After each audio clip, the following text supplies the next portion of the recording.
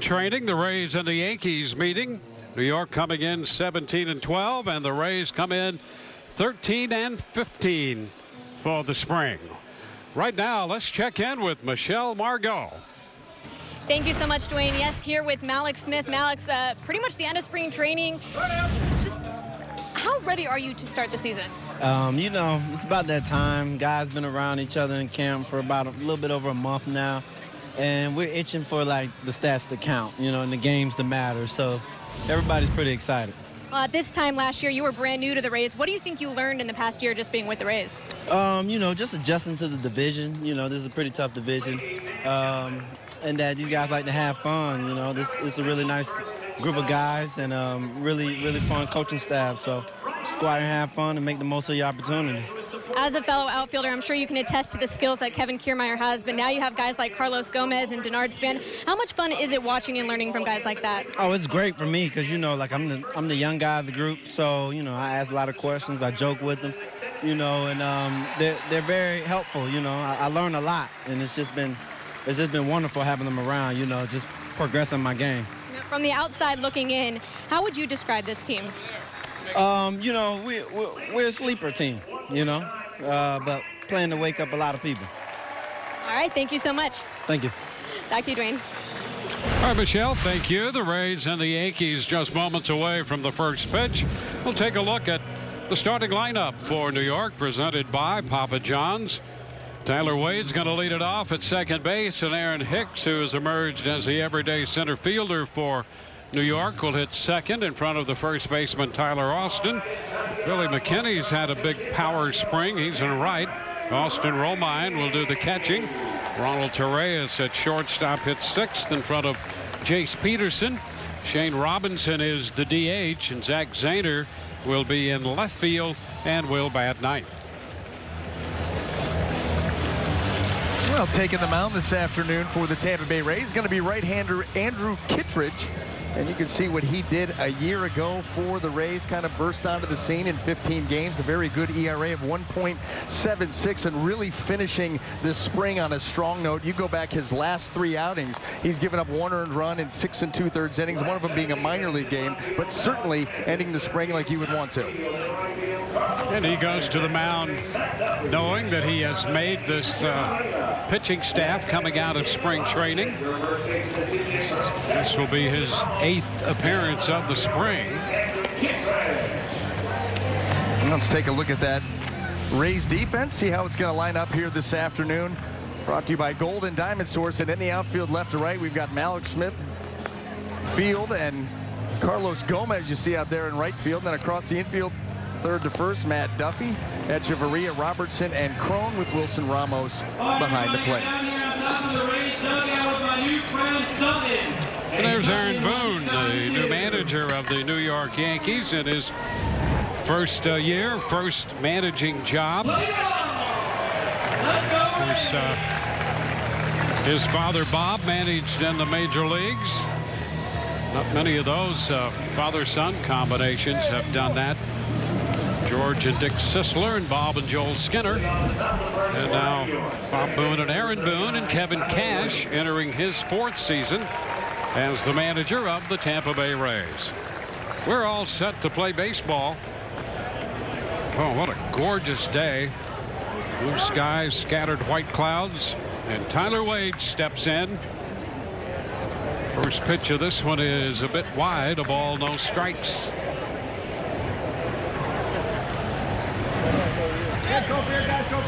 Wade spread out up there.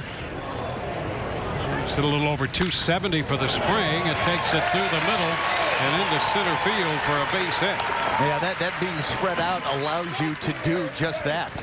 Not try to do too much. He's not a big power guy. He will use the middle of the field, as we just saw. Very good bat control, and he's going to get some time out there with the Yankee lineup. Get some time out at second base. See it right here. Very little on the stride. Pick it up, put it down, and shoot that ball back up the middle. So the Yankees with a base runner to start this one on the hit by Wade, and here is Aaron Hicks. Well, Hicks, for a long time, the anticipation was that he would be an everyday player. Pops it up on the first pitch. Left side. And that is handled over there. Robertson over from the second base spot to take care of that pop-up. Hicks has emerged in New York. Twins for a long time had hoped that he could play every day, and he has emerged here with the Yankees as their everyday center fielder. Here's Tyler Austin. He was able to come in and move Jacoby Ellsbury out of that spot. And obviously at different times this season going to be bookended by the big sluggers, and this is going to be an interesting year all around this division. Boy, it is. You know, you look at what the Yankees have done, the Red Sox, and then the rest of the division, the Rays and the Orioles and the Blue Jays.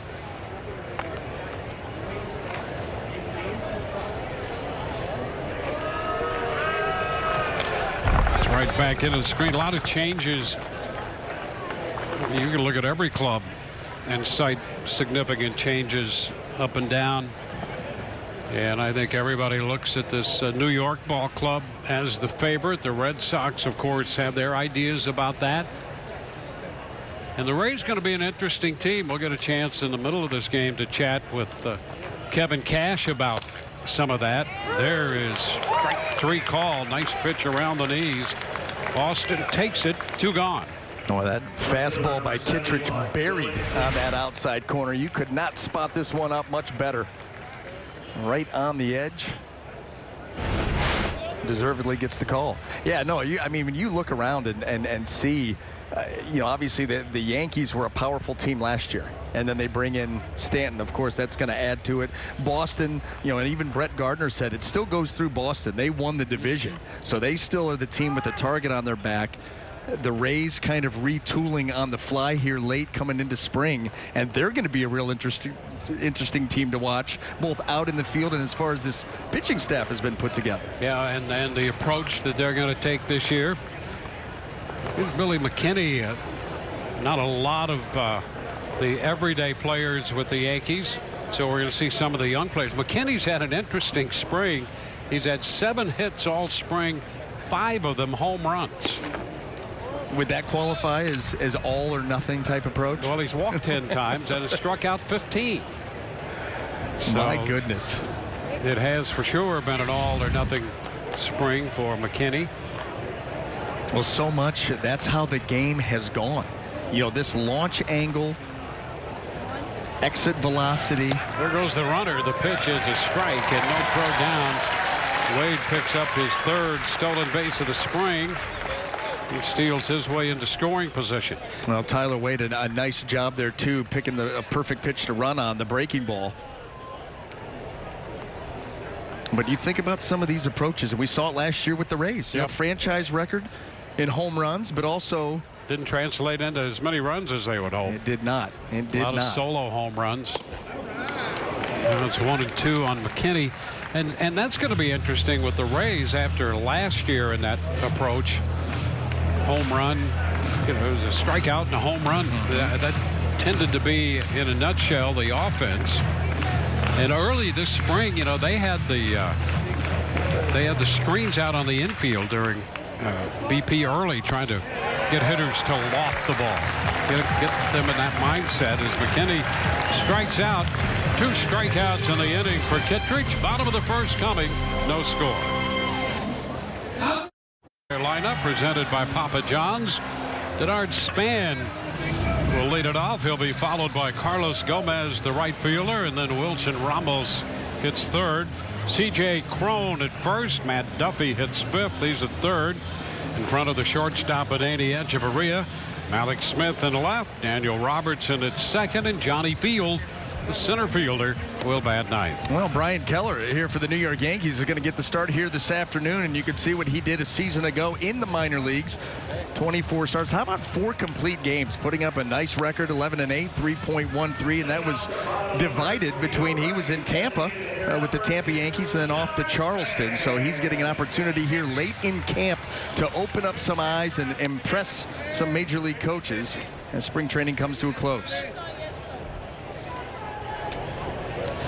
Let's take a quick look at the Yankee defense, see how it's going to line up. Brought to you by Golden Diamond Source. And in the outfield left to right, we have Zach Zahner, Hicks, and Billy McKinney. Across the infield, third to first, Chase Peterson, Ronald Torreyes, Taylor Wade, and Tyler Austin with Austin Romine.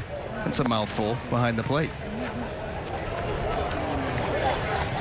And here's Denard Span to lead it off. He's had a nice spring for the Rays, hitting .320. And the veteran outfielder takes the pitch for a strike.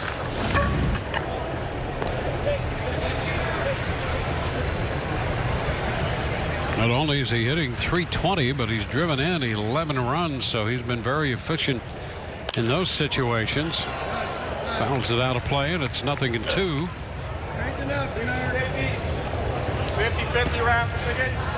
50-50. Span coming over from the Giants and back home. And having a nice spring. Yes, he is. An average, occasional pop, good speed. That's the thing, too.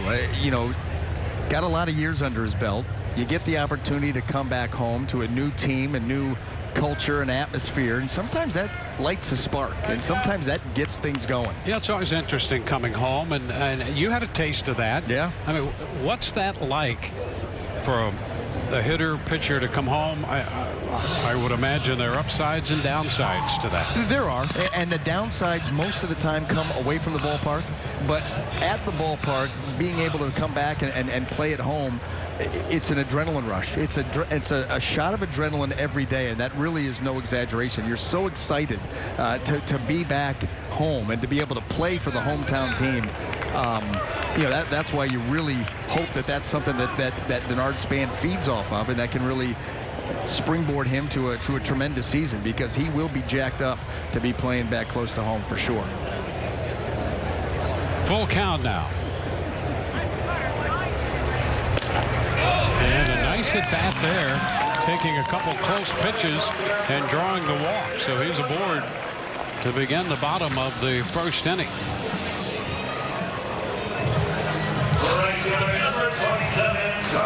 And look at Carlos Gomez up there. Oh, the Rays making that move to add him after trading Steven Souza Jr. And they look at what Gomez can bring to the lineup, and they feel pretty good about that. A combination of not only, as we mentioned in the open, the spark and excitement that he'll bring, but he has some pop in his bat, plays the game hard, holds himself to that particular level of effort. He's been in double digits in home runs every season since 2012. Can steal bags. There goes the runner. The pitch is a ball, and the throw will sail, and a stolen base for Denard Span.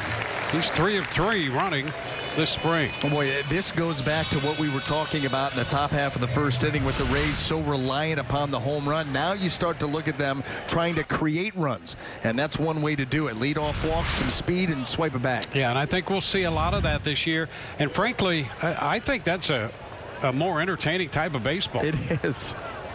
It absolutely is. There are things happening, Dwayne. 1-1. I think that try to take advantage of speed. The stolen base, you know, is going to be important.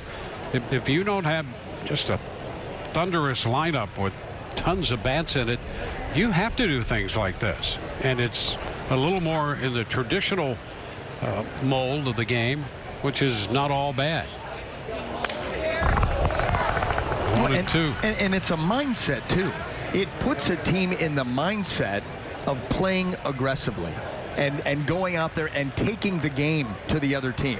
We're not just going to sit back and try to back leg everything for home runs. I mean, there's going to be times where that happens for this Rays lineup, but other times they're going to have to push the action and put pressure on that defense. Gomez down in the count, trying to give the Rays an early lead here. It's a one hop to the right side. That will advance Span. Wade throws out Gomez. Well, any way you look at it, there's been a lot already said about the Rays with all the moves they made and now what they plan to do with the pitching staff, and they're going to opening with a 4-man rotation. Not altogether unusual, but to keep it beyond the first month plus is what they apparently have decided to do. It's the plan anyway. And so that has created a lot of conversation. So there's going to be a lot said about this team, and it's going to be kind of interesting to watch it. The Yankee infield pulled up with Ramos here. The pitch is a strike. So I think there are a lot of storylines this year that will be interesting to follow with this team.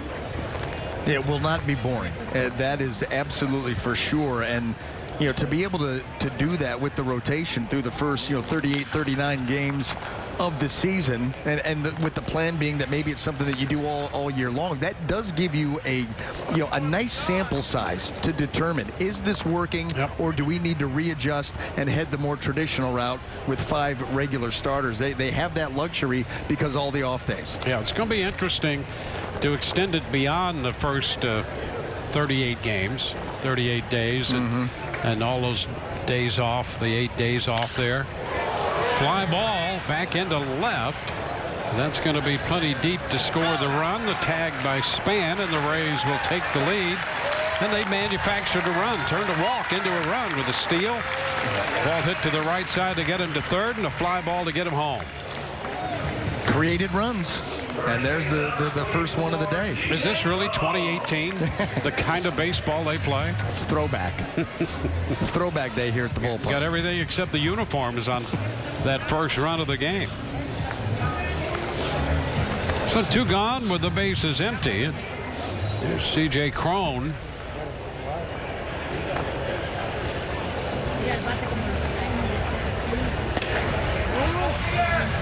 Pitch pretty close. Ball 1. No, another one of the big acquisitions, and I mean big acquisitions by this Rays franchise. Well, we talked about him a little bit last week in the telecast, and Paul Sorrento, who'd been a coach out in Los Angeles with the Angels, and of course a former Tampa Bay Devil Ray back in those days, and his feeling on Cron is you just turn him loose, let him be who he's going to be, and here's a 30 home run guy. But why not? I mean, when you look at his size and the fact that he can cover, how about this? Yeah, that's going to drop in there, and then every once in a while you drop one of those in. Well, listen, you got to respect the power. You got to play those outfielders deep, Dwayne. The big swing, ball catches off the label, and he soft serves one in there. But when you think about the fact that we know that he's got the power to all fields, and he's going to be out there in the lineup, Kevin Cash is going to allow him to get into a rhythm of, maybe not everyday playing time, but certainly he's going to be out there enough to get into those rhythms. Who knows what he's capable of? There's no reason that he couldn't double that. Now Matt Duffy at third base. And when I say double that, I mean the 16 that he hit a year ago. That was in 100 games, and he's hit 16 in 3 straight seasons, but you figure he's going to get more ABs this season with the Rays and more opportunities to get things rolling.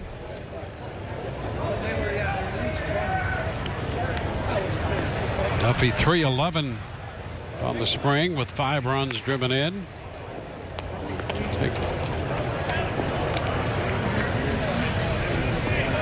Well, there's the last 3 years or so for C.J. Cron, 16 home runs in each of those years.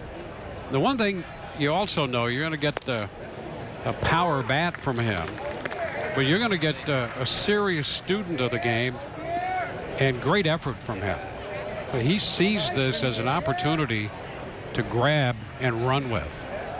And boy, that can be a motivator in and of itself for a player to come into a situation where he's going to get a chance to get a lot of at-bats. There's a base hit through the left side. Cron will stop at second. So the Rays with 2 men on and a couple outs with a run home. Matt Duffy keeping things rolling here. 3-hit ball game yesterday, then finds the 5-6 hole here. Breaking ball hangs a little much, weight back just enough, and then pop that ball through the left side. Oh, Danny Echeverria with 2 men on and 2 men out.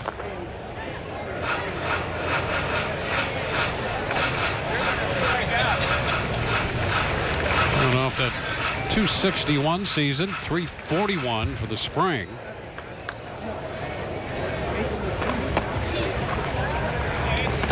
Pitch darts down, 1 ball, no strikes. Rays facing right-hander Brian Keller on the hill. Keller, born in Milwaukee, went to the University of Wisconsin, Milwaukee, and drafted by the Yankees. A chopper foul back at first up the right side. The Yankees have not seen a lot of Keller, as you mentioned. He split the season between the low minors last year, but the Yankees think Keller has a great feel for pitching.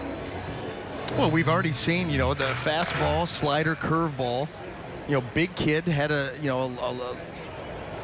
good run of success a season ago. We mentioned that he had 24 starts, 4 of them were complete games.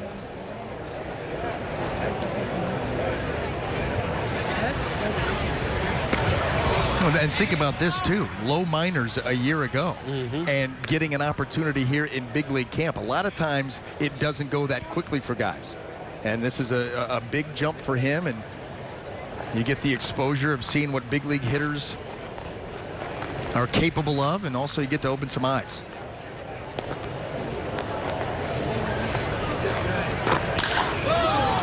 Lifted into center. Hicks will come on over from left in front of Hicks. Zaner is there to make the catch in shallow center field, retiring the Rays. They pick up the first run of the ball game. Couple of hits and 2 men left for the Rays in the first inning. Take a look at that defensive work in the outfield to end it. We go to the second, 1-0 Rays. Brought to you by W.B. Mason. Who but W.B. Mason, the official office supply company of the Tampa Bay Rays, and by Papa John's. Rays with a run in the first. We go to the second inning here. Rays and the Yankees. Andrew Kittredge on the hill for the Rays, and he'll face Austin Romine to begin the inning. Fly ball center field, and Johnny Field right in line. Short center takes care of that. Kittredge starting his second inning, and he's pitched at least 2 innings in 4 of his last 5 spring outings, including 2 2/3 his last time out. And that's by design, with the nod toward the plan that we talked about. The Rays looking to have in this rotation a 4-man starting rotation, and then a bullpen day in the mix. Well, and you know what? You're going to see that bullpen day on Saturday. 6 days from now, you're going to start off the season obviously with Chris Archer, and then you've got Blake Snell, then a bullpen day. Yep. And so it's going to be unveiled rather quickly, and you're going to have a number of guys, as you mentioned, that are capable of going multiple innings, Kittredge being one of them. Nathan Eovaldi, he'll start in game 4, I believe, of that series. Torreyes down in the count, throwing his bat there. Well, there's the breakout. Interesting that Chris Archer and Chris Sale both had little scary moments in their last outings in the spring, but they appear to be okay and set to go Thursday in the opener. Snell and Price, 2 big lefties right there going at it. Then the bullpen day, game 3 of that series against Rick Porcello, and Eovaldi will pitch the Sunday game against Boston. Chopped to third. Right there is Duffy. He throws a strike to first, and Torreyes is out number 2. Now this team will be tested right out of the gate. When you think about the Boston Red Sox winning the division a season ago, and obviously with Giancarlo Stanton going to New York, they go out and sign J.D. Martinez, one of those. Everybody figured that they were going to sign him, but it took a lot longer than I think most people thought. There's Peterson. He checked that time. 1 ball, no strikes. So that first series is going to be interesting anyway, with the great pitching matchups, and it's the opening series of the season. But that third game, I mean, that'd be interesting to see what happens. You know, two things. First of all, you've got the Rays side of things with the bullpen day and how that's going to be pieced together by, Kevin Cash and Kyle Snyder. But then on the other side, Rick Porcello, the Boston Red Sox brought Derek Lowe into camp this year to work with Porcello in going back to that sinker. The last couple of years. He got away from it. Yes, he did. It was good enough for a Cy Young a couple of years ago. Let's not use that anymore. No. It's too good. Right. Sometimes you get maybe a little too cute, a little too smart. He did have some success. The strikeout numbers went up as he started to elevate that fastball. But I think it would be extremely difficult, and obviously we saw that play out, to be able to elevate the ball when you want to and also be able to sink it with the kind of efficiency that he was able to do before. And so all of a sudden here comes Derek Lowe into camp to help him work on getting that pitch back. And so we'll see if Porcello has evolved a little bit once again. Yeah, that opening series tells you that if you're in the American League East, you better be ready from day one. I mean, right out of the chute. Yep. I mean, you're fully immersed. Yes. Well, and think about the Rays' first week and a half of the season. You're going to go right from there. You're going to shoot up to New York, play these guys, and then head over Boston again. And then go to Chicago to play the White Sox. And you know what? The White Sox are going to be an interesting team. Who knows how many games they're going to win? I mean, nobody knows about any teams right out of the chute. But, they could be an interesting team. And so the Rays, when you look at the Rays schedule starting, it's going to be a challenge. Boston, the Yankees, Red Sox again, White Sox, and then the Phillies. And some people think the Phillies could surprise over in the National League. Little chop down to first. Crone takes care of that. It's a 1-2-3 second. We're through an inning and a half. The Rays with the only run of the game. And Michelle will chat with Rays GM Eric Neander when we come back. Second, 1-0 Rays lead. Let's check in with Michelle. Thanks, Dwayne. Well, it is the last couple days that we can pick the brain of Rays general manager Eric Neander before the regular season starts. So, Eric, last couple days to solidify that big league roster. How many borderline guys were there this year? Quite a few. And today we started to really narrow it down, and we have near our 25-man roster at this point. And we sent out some experienced pitchers that have had major league success and a good track record under them, in part because of some young guys that have come through our system have kind of forced our hand a little bit. So those are difficult conversations, especially when you're talking about the pitchers in particular that very much are major league pitchers. But it's part of it, and part of why we're excited about our future are those young pitchers. What have you seen out of new acquisitions, C.J. Crone and Carlos Gomez, and how do you think they'll be utilized this year? Veterans that have the life experiences underneath them that can be really helpful to our young guys. But the mentorship part of it, the character, the teammate quality of that is all good. But they can also play, and their right-handed offense is something we need. Those guys we're counting on to be a big part of that, and they fit in well. The chemistry's there, and we think both of those guys can play. Chris Archer takes the ball on opening day again. Tell us from your perspective why he's the one to do it. Well, I think he's been the one to do it for a few years here, and there's nothing that we've seen that would suggest at this point that he deserves to have that taken away from him. The example he sets with how he works and the talent, it's as good as we have. As much as we're excited about some of the other guys and Blake and Eo and the guys that are there and Faria and what they've shown, Arch has led the way, and want him to continue to be that guy for us. You and I have discussed the implementation of the four-man rotation, but how does that change the configuration of the bullpen? Well, I think to do it responsibly, you have to carry more length. You have to have more multiple inning options out there, not just for them to be able to provide it any given day, but so they're not, a multi-inning guy and a short guy. So, we're looking at it where we're going to have four options out there that can carry real length for us. And can provide that to make sure, it's not a four-man rotation pitching every fourth day. The four starters are still going to go on largely a similar schedule to what they have in the past.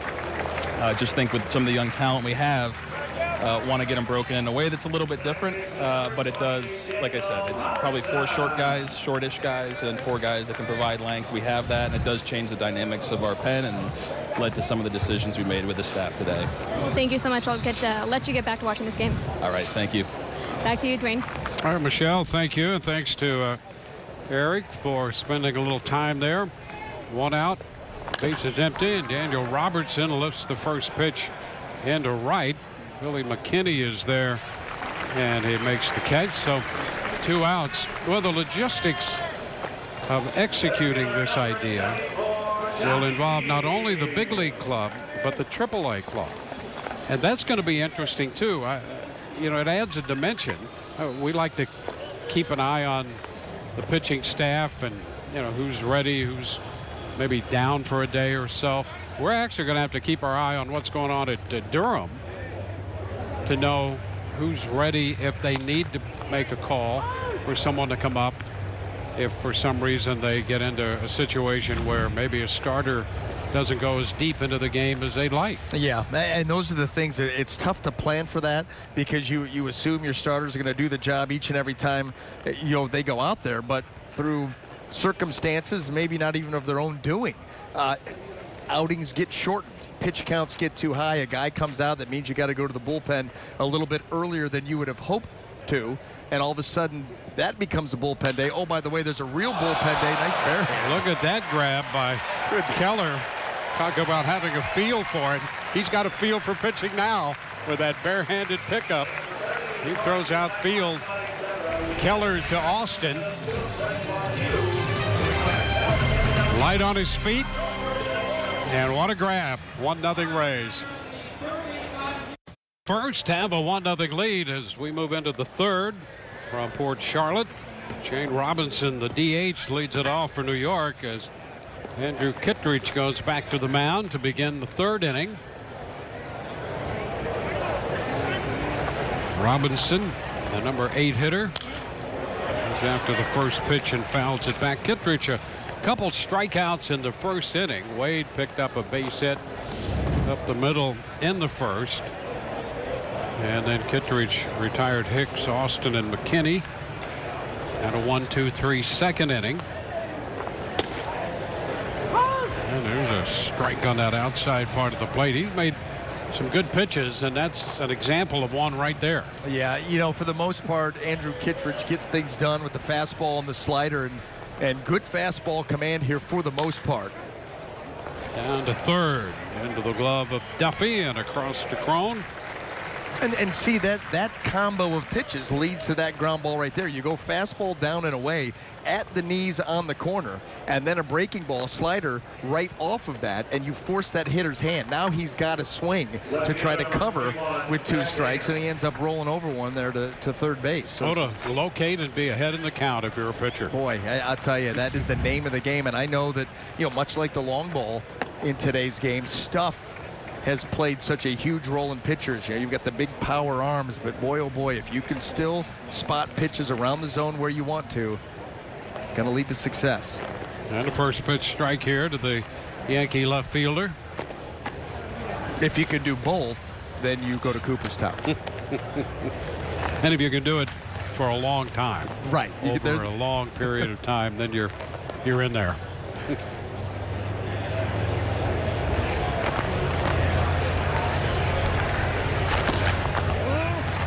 That's a ball, says Mike Wiseman, who is calling the balls and strikes of this game. 2-1.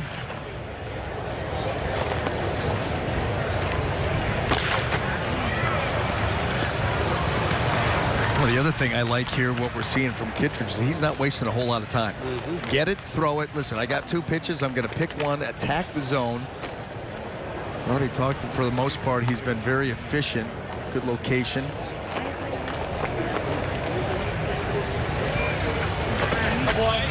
And the count's going to go full.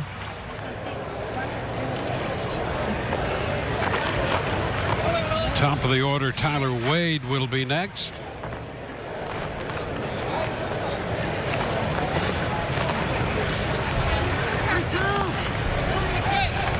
Rays a couple games under 500 for the spring, so they're going to need to win 2 of their last 3 games in Grapefruit League action here to get to the 15-win mark. Strike 3 called,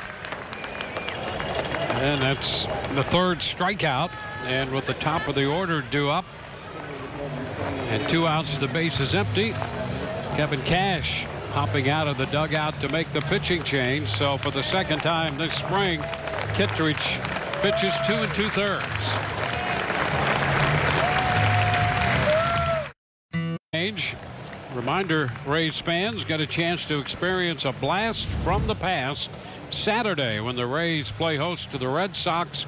Fans receive a 1998 replica seat cushion presented by GTE Financial while supplies last. Visit RaysBaseball.com for more info. Rays up. Kittredge very sharp today and making this bullpen day start. Well, we talked coming in that his last 3 outings have been very, very good. And he just continued to build off that here today. That slider right there, you could say, listen, that ball was left up in the zone a little bit, but that was coming after a 2-2 slider that he bounced, came back, made the adjustment, froze the hitter, and ends the day on a high note.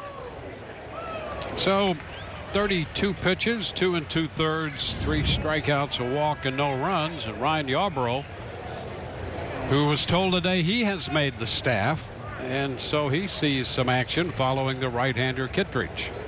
How exciting for these young pitchers, knowing that you're going to make the opening day roster. Such a thrill, such an accomplishment. And also fully understanding what their role is going to be.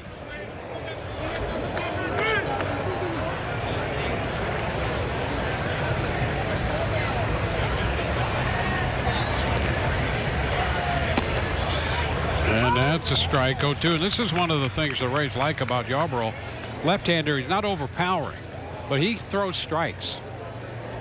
And as long as they're quality, he will get big outs. And that's what he's been able to do. We saw his numbers from a season ago. Put up a tremendous year at Durham.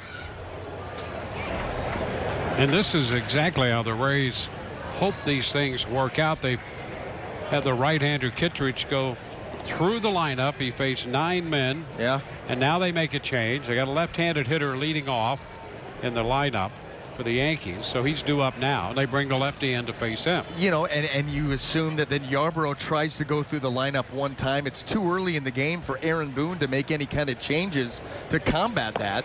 So, you know, you have a right-hander out of the bullpen starting the game. Maybe the opposing team decides to stack their lineup with lefties. Well, you better get off to a hot start, because then here comes Yarbrough, or you know, another lefty, whoever it may be. Alvarado, obviously he's going to be a later inning guy, but you get a guy like Yarbrough to come in there that 2nd time through, and all of a sudden the lefties are in trouble. And I guarantee you that when you sit these guys down that are going to be in that multi-inning role coming out of the bullpen, they're telling them, empty the tank. There's no reason to pace yourself. You're going to go through the lineup one time, empty the tank one time through the lineup.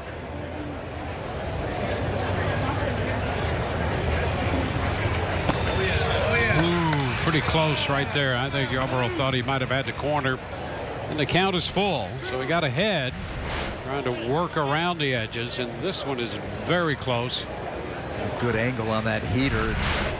Wiseman has it low.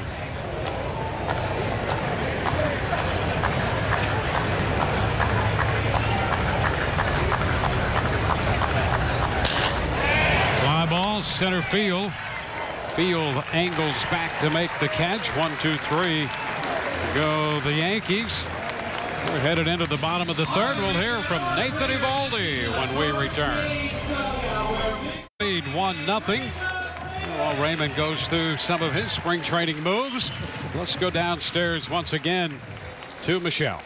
Thanks, Dwayne. Here with Nathan Eovaldi. Nathan, you spent 2017 recovering from your 2nd Tommy John surgery, so the first time that you've thrown in games in spring training for a couple of years now. How have you been feeling? I've been feeling great, yeah. I mean, everything's been coming out really well, and, you know, coming back from the Tommy John surgery, it was a nice, smooth process for me, but I'm excited to be back.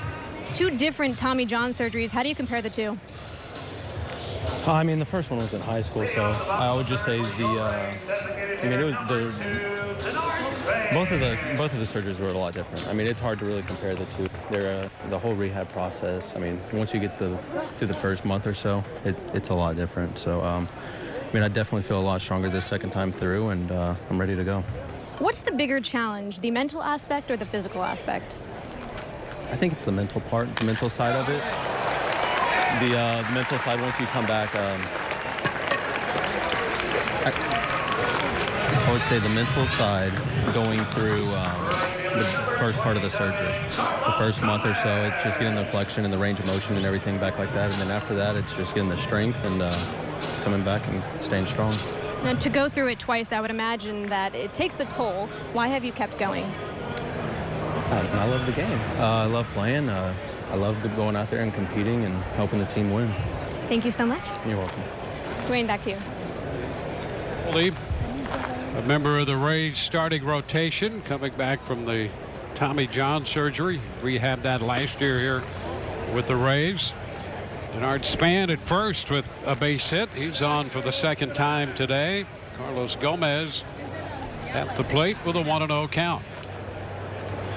Yeah, and how nice for Nathan to have that season. You know, for the Rays to bring him in on a 2-year deal, knowing that you don't have to rush through that first year. And while it can be a mental grind, and I completely agree with him, having gone through that surgery a couple times and actually, you know, never coming back from it like he has.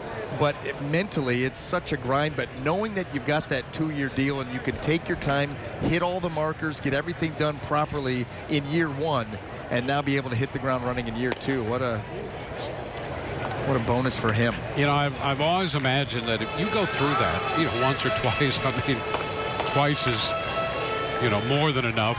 Once is enough. But coming through that, now you've gone through the rehab process and you gradually get to a point where you think, I can turn it loose. I mean, you're looking for that day, but how do you feel leading up to that day? I mean, that's a big jump to take. Apprehensive. Yeah. And that's where you have to trust your training staff.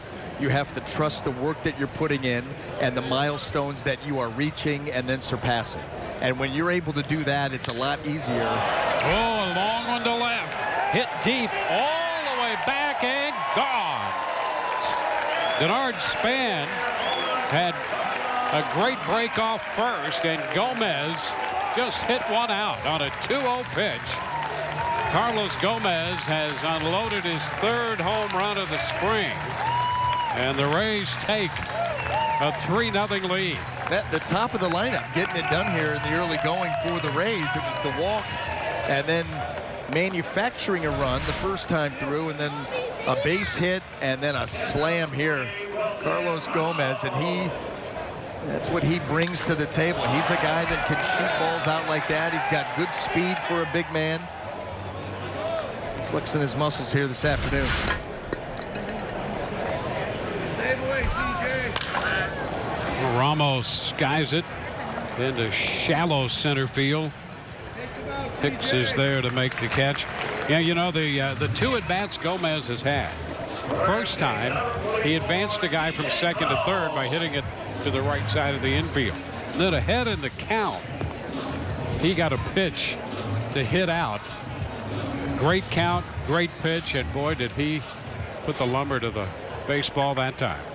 Situational hitting, and I think that's an area that the Rays struggled with a season ago. When you look at just the overall numbers, you know, with runners in scoring position, but even beyond that, just moving runners, giving themselves a runner at third less than 2. And he shows you that veteran versatility to get it done in both ways. The popper short left. Sander got a late start and now bobbles it.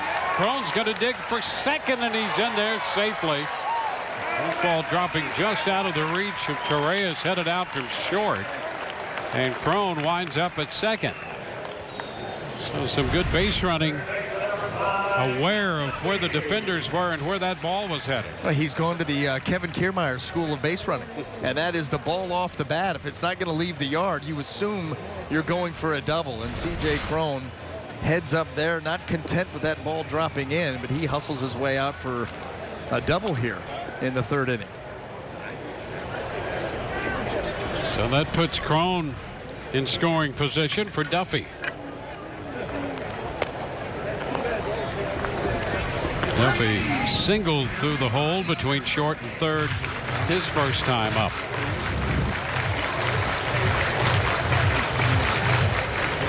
Come on, Dub! Go to the big man, Duffy!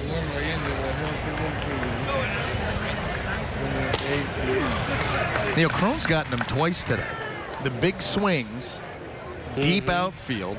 Yep. He was able to fool Z squared on that last one out there and left. Well, you got to respect your power.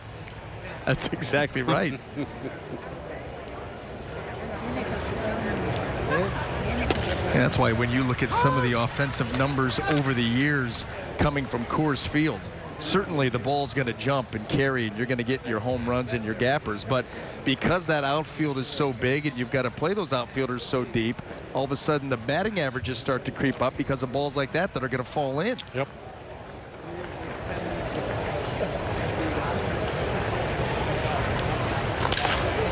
Little roller to third. Peterson makes the play on that one. Crone still at second with 2 gone. And trying to go back to that 5-6 hole. This time they had it covered up. Hey, speaking of turf, Tropicana Field will have new turf, and I got just a peek at it the other day. It looks good. Tell me. Yeah. I did not know that they were going to do that once again and change the turf out at Tropicana Field, but I've heard wonderful things about it. Yeah, the shade of green is a little deeper, more of, I think, a baseball feel or look. So that'd be good. So we're looking forward to that.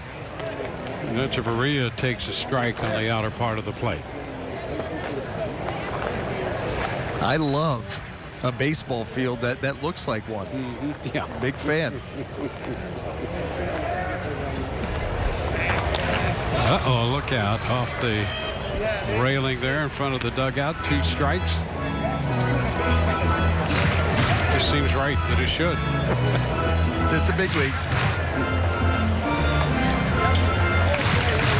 I tell you what, the changes that have been made over the years at Tropicana Field, and you can say what you want about the facility, but you really can't do much more with it than this group has. I can remember playing back there early 2000s when they were the Devil Rays and they had that olive drab green. And going into that building was depressing. It was so dark and dingy. And I think at this point you've spruced it up about as much as you can. Yeah, they've made it fun, I think. Yeah, I really do. Yeah, for what is, I mean, it's a fixed structure. I mean, they're doing the best they can with it. They've done an awful lot. High shot deep into left center field off the bat of Echeverria, and that one is out of here. Long blast to left center for Danny Echeverria, and the Rays playing long ball in the 3rd inning. Echeverria's 2nd home run of the spring. Crone scores in front of him, and the Rays, with a pair of 2-run home runs, make it 5-0. We saw a lot more of this from Echeverria the longer his stint was lasting with the Rays. You know, he came over as a guy, you know, they have a reputation of, you know, occasionally he's going to pop the ball out, but a lot of singles, not too many extra base hits, and he really started to open it up, and we saw more and more of that ball being driven off his bat as the season ended a year ago, and obviously right there. So Echeverria with the home run. Alex Smith off the end of the bat puts him down 2 strikes. One of those guys that has bought into the launch angle, getting the ball airborne. And I gotta be honest, that cannot be easy for every hitter who has made their way to the big leagues with one style of hitting, and now all of a sudden we're going to start to tweak that and make that adjustment on the fly, tweak the swing a little bit at this level. Can't be easy. Yep. Alex Smith picking up his first hit. The Rays have 5 hits in the inning, 7 in the game, and Daniel Robertson becomes the 8th hitter to step in here in the bottom of the 3rd for the Rays.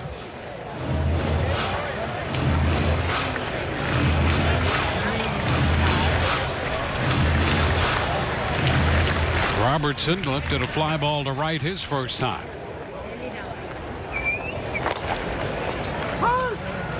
Takes the first pitch strike.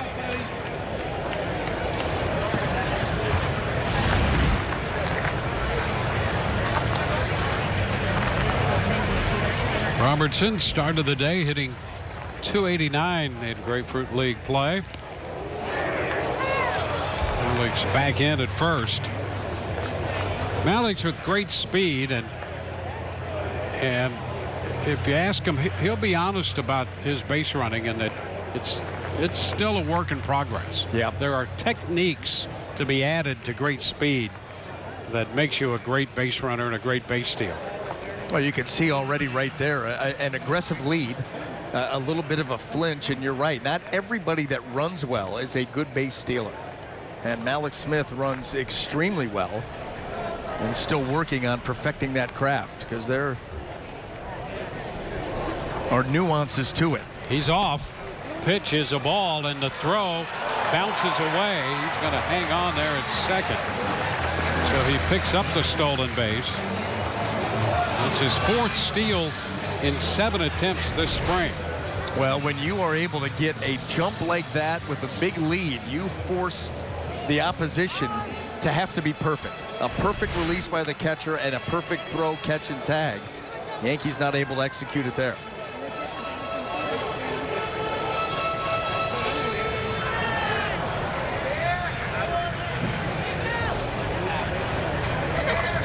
On 1 to Robertson.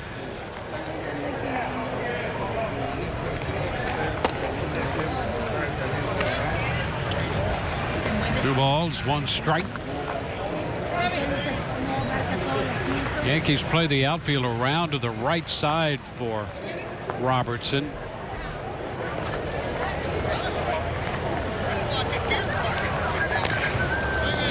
He rolls this one foul. 2-2. Well, Robertson is going to give Kevin Cash a lot of options and a lot of versatility within that infield. You can envision him playing, well, we've already seen him play over at second base, short third. Probably could play first base if he needed to.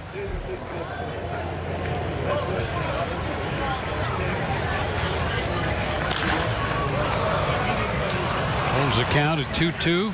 Yeah, he really loves second base and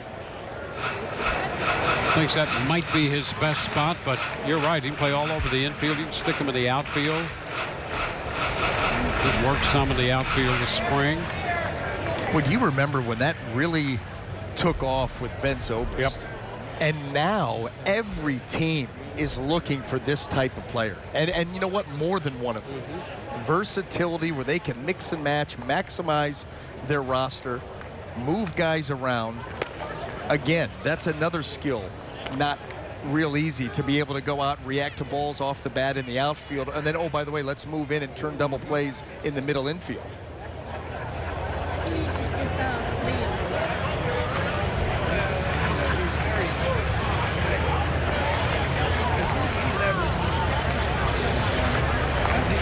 A 2-2 count. Hot shot to third. Skips away from Peterson. Smith will go to third. Robertson hit the ball hard, and it ricocheted over in front of the shortstop Torres. And so the Rays have sent 8 men to the plate. Here's another look at that hot shot down to third base. And that's going to be it. The Yankees will make a pitching change. Back in a moment.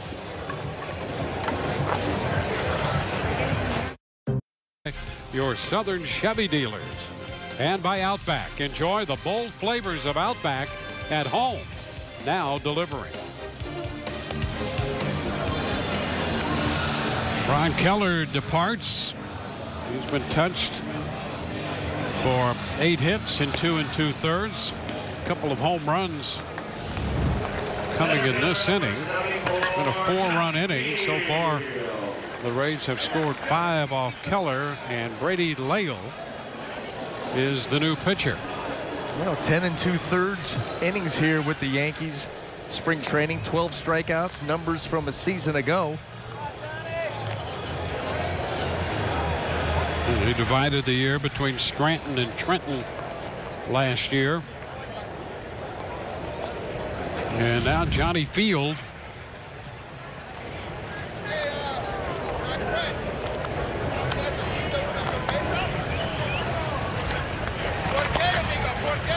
This pitch is a strike. It's a perfect baseball name, huh? Unless your name was Johnny Baseball. You got Johnny Football. That's right.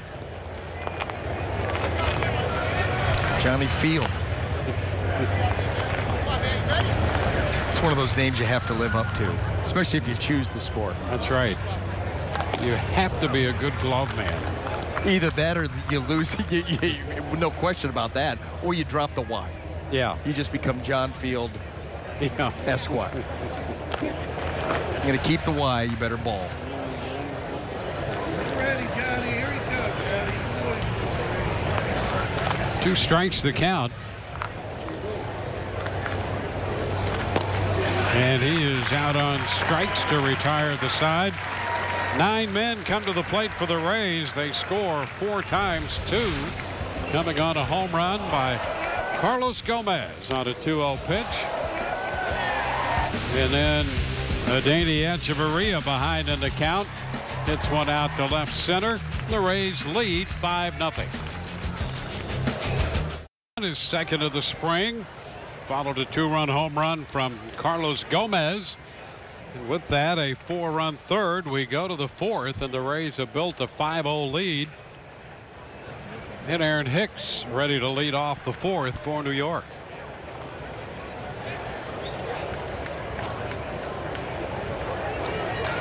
Ryan Yarbrough took over, got the final out in the 3rd. And there's a strike to Hicks. Yarbrough pitched in the game Wednesday, started the game against the Red Sox. Pitched 3 innings in that one. Gave up a run, a couple of hits through 59 pitches. And he's ahead of Hicks 0-2. And for some of these guys like Yarbrough, you're going to have to come up with a consistent plan of action to get ready to come into a ball game. You know, as a starting pitcher now in this ball game, coming in as a relief pitcher, started a year ago. And now making that transition out of the pen, it's not the same kind of warm-up, and a lot of times you're just not afforded the same luxury of how long you get to warm up. Yeah, that's something that I would think, and you could speak to this being a pitcher yourself. You're going to be in a new role. So you're going to have to figure out what really does work for you. You're in sort of uncharted territory here to figure out how you got to make yourself be ready. And the one plus side for Ryan Yarbrough and the other starters that are making this transition is that he's had all of spring training to try to figure that out. You know, certainly he has started some games, but he's also come in to ball games in relief, and so you figure out a routine. And, you know, sometimes it's got to be quicker than others. You talk to the veterans, the guys that have done it for a long time, and ask them what works for them. You know, that's always the case if you've been a young pitcher and maybe you're sent to the bullpen. Now you have to figure out how to get ready, and you always hope that you have at least one veteran there who you can sit down with and pick his brain about how do you prepare to be ready out of the bullpen. You know, I can remember my first extended time of working out of the bullpen was in the 1997 ALCS against the Orioles, and all of a sudden Mike Hargrove added me to the roster, you know, after the division series, said you're going to go to the bullpen and be ready from pitch number 1. I'm not sure how I'm going to use you. And so going out there and having never done it before, I'm pacing like a madman the first couple innings of the first game. I remember sitting down next to Eric Plunk and asking him, how do you do this for 162 games? I'm exhausted. And this is my 3rd inning, you know. And then all of a sudden they start telling you about their routine, how they stretch, what you do once you get up and start, you know, pitching. And once you get on that mound and establish the fastball right away. Yeah, you're making that decision and that transition not in spring training. No. in the postseason. Well, yeah, that was a little different. Although, you know, adrenaline carries you through a lot of that stuff. But yeah, you talk about learning on the fly. There was no question there was an adjustment period for sure. 2-2 the count on Tyler Austin.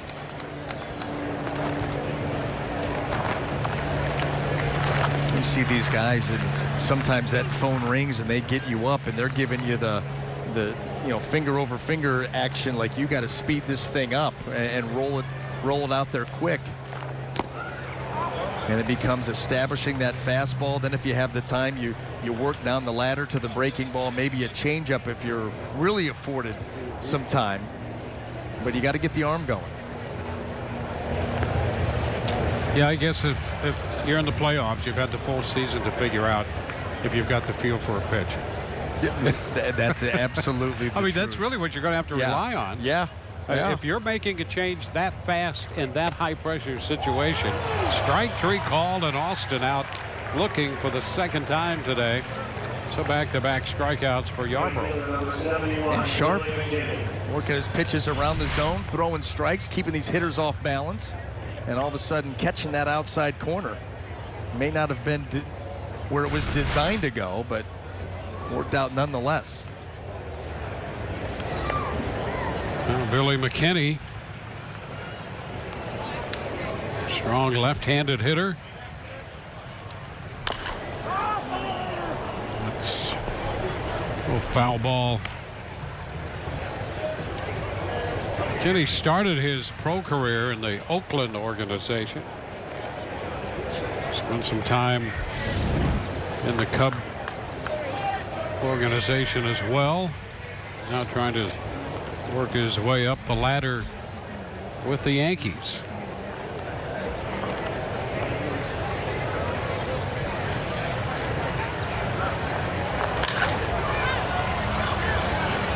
High foul that carries out of play.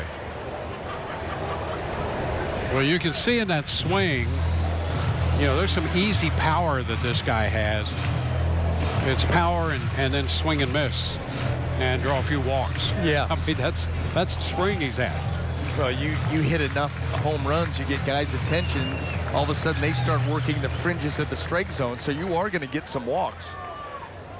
Strong lower half, that's where it starts. And strike 3 is called. 3 strikeouts in the inning for Yarbrough. On to the bottom of the 4th, 5-0 Tampa Bay. Tampa Bay Rays. The 4th inning with the Rays holding a 5-0 lead. Don't miss any of the excitement opening day when the Rays begin the 2018 season, presented by Tampa General Hospital. Rays take on the Red Sox. That's Thursday, March 29th. And all fans receive a schedule magnet and 20th anniversary cowbell presented by Tropicana. All of that while supplies last. Visit RaysBaseball.com today. Rays up. Opening day. Chris Archer against Chris Sale. Do you like the Thursday open? Yeah, I do. 4 o'clock start. Yep. Get it going. It'll be a full day. Get the ballpark early. I think the pregame's an hour long. Got to get you ready. Yep. Set up and ready to go. I read somewhere they said that it's the first time in 50 years that every team will start the season on the same day. Yeah, how about that?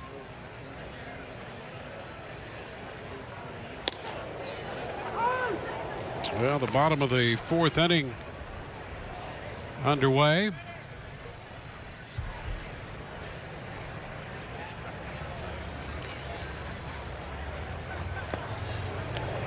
Pitch is down a bit. It's 1-1.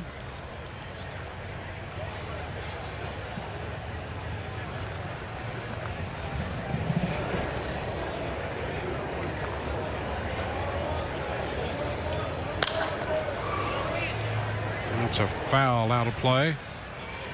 And it's 1-1. So Tristan Gray up here. Denard Span initially was in this leadoff spot, had a walk, stolen base, a single, and 2 runs scored, and now Gray makes his first plate appearance.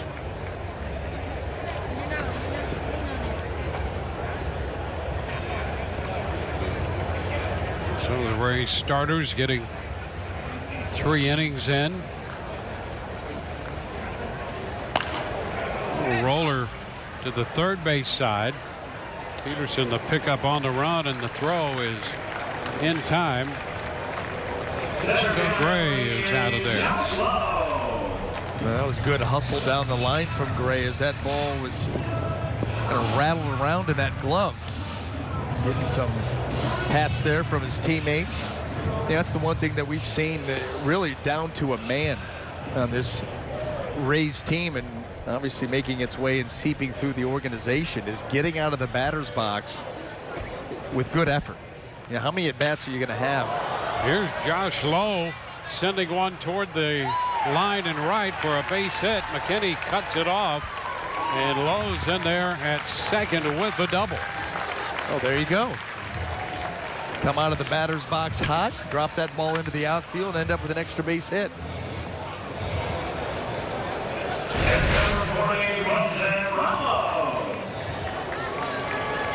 So 1-out double. Here's Wilson Ramos.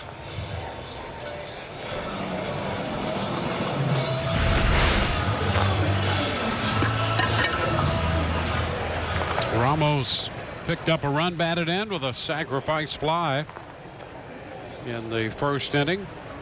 Officially 0 for 1 on the day. Takes the pitch for a strike.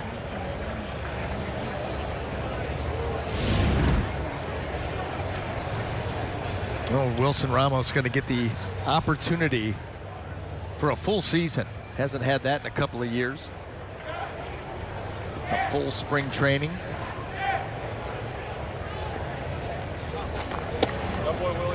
And a takedown. 1-1. Always tough, like a season ago, to come into the meet up with a team midway through and try to hit the ground running and be productive and get into a good routine. It's tough to do it at the major league level. I don't care how long you've tried to rehab and come back. Ooh, up and in a bit. 2-1. Yeah, if you miss first couple months of a season and then try to catch up, boy, you talk about being behind the 8 ball. Yep. That's tough to do. And you think about how productive he was with the Nationals before going down with that injury at the end of 2016. Start to envision maybe have the chance to have him do that again. Certainly know that he has the power. There's no question about that. He is a solidly built man. Well, listen, your nickname's the Buffalo. You'd better be. Yep. Well, we talked about Gomez supplying some power, and Crone, who's on deck. Put Ramos in there as well.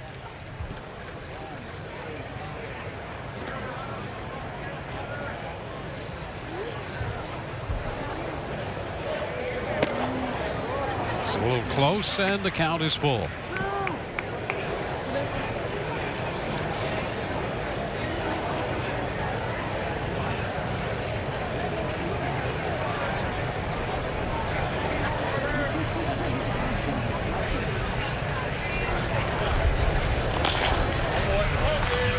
Chopper, third base side foul. We'll see another 3-2 pitch.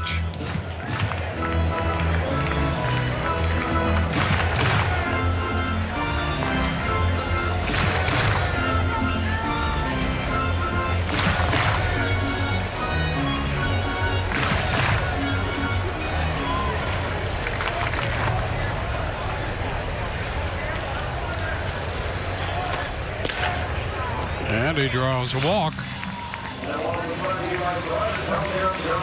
Almost heads to first. Runners at first and second for C.J. Crone, and 1 out. And for Crone today, he has a single and a double. He's taking advantage of this Yankee outfield playing him deep. dropped a couple in there. Opportunity here to pick up another RBI or 2, possibly 3 with his power.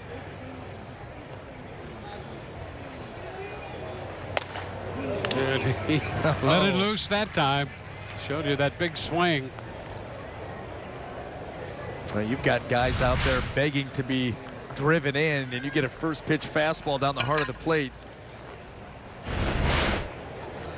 It's about what you'd expect. 1 ball, 1 strike. He's driven in 11 runs this spring. 3 home runs. Thrown homered early in the spring in a game against Minnesota, and then was robbed a couple times, and then recently has hit a couple out. He hit one day before yesterday against Toronto and one against Boston the day before that.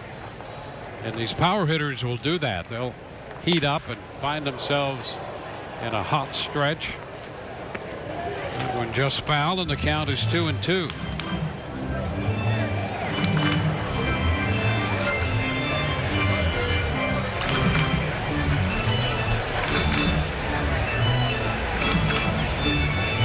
Rays scored 5 off Keller. They lead 5-0 in the bottom of the 4th.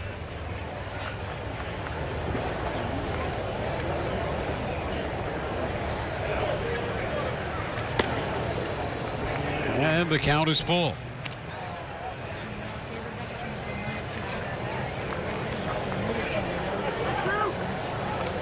Keller pitched 2 2/3. Lale came on. Got the final out in the 3rd when the Rays sent 9 men to the plate, and now the Rays threaten against him in the 4th. And a big cut and a miss. He strikes out Crone.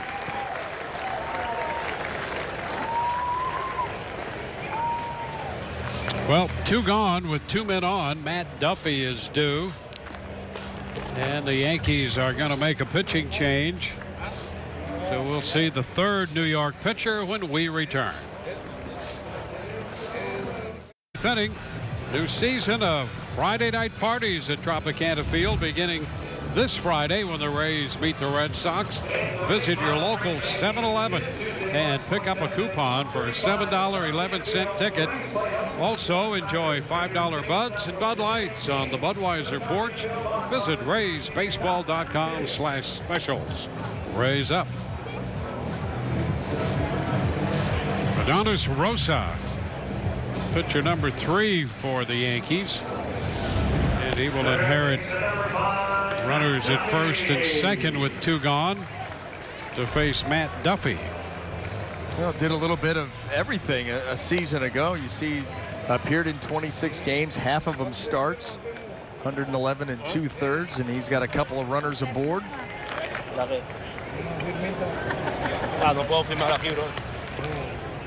Well, Duffy 1 out of 2. He lined a single into left his first time. Grounded out 3rd to 1st in the 3rd.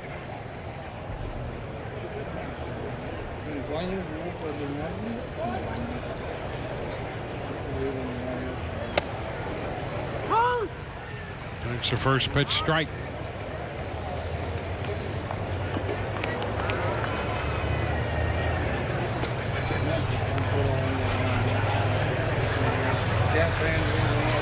Well, that's one. An early little get-together with Romine. Yep. And Rosa. It looked like that ball coming out of the hand was a changeup, some version of the changeup, and I'm not sure that's exactly what Romine was expecting.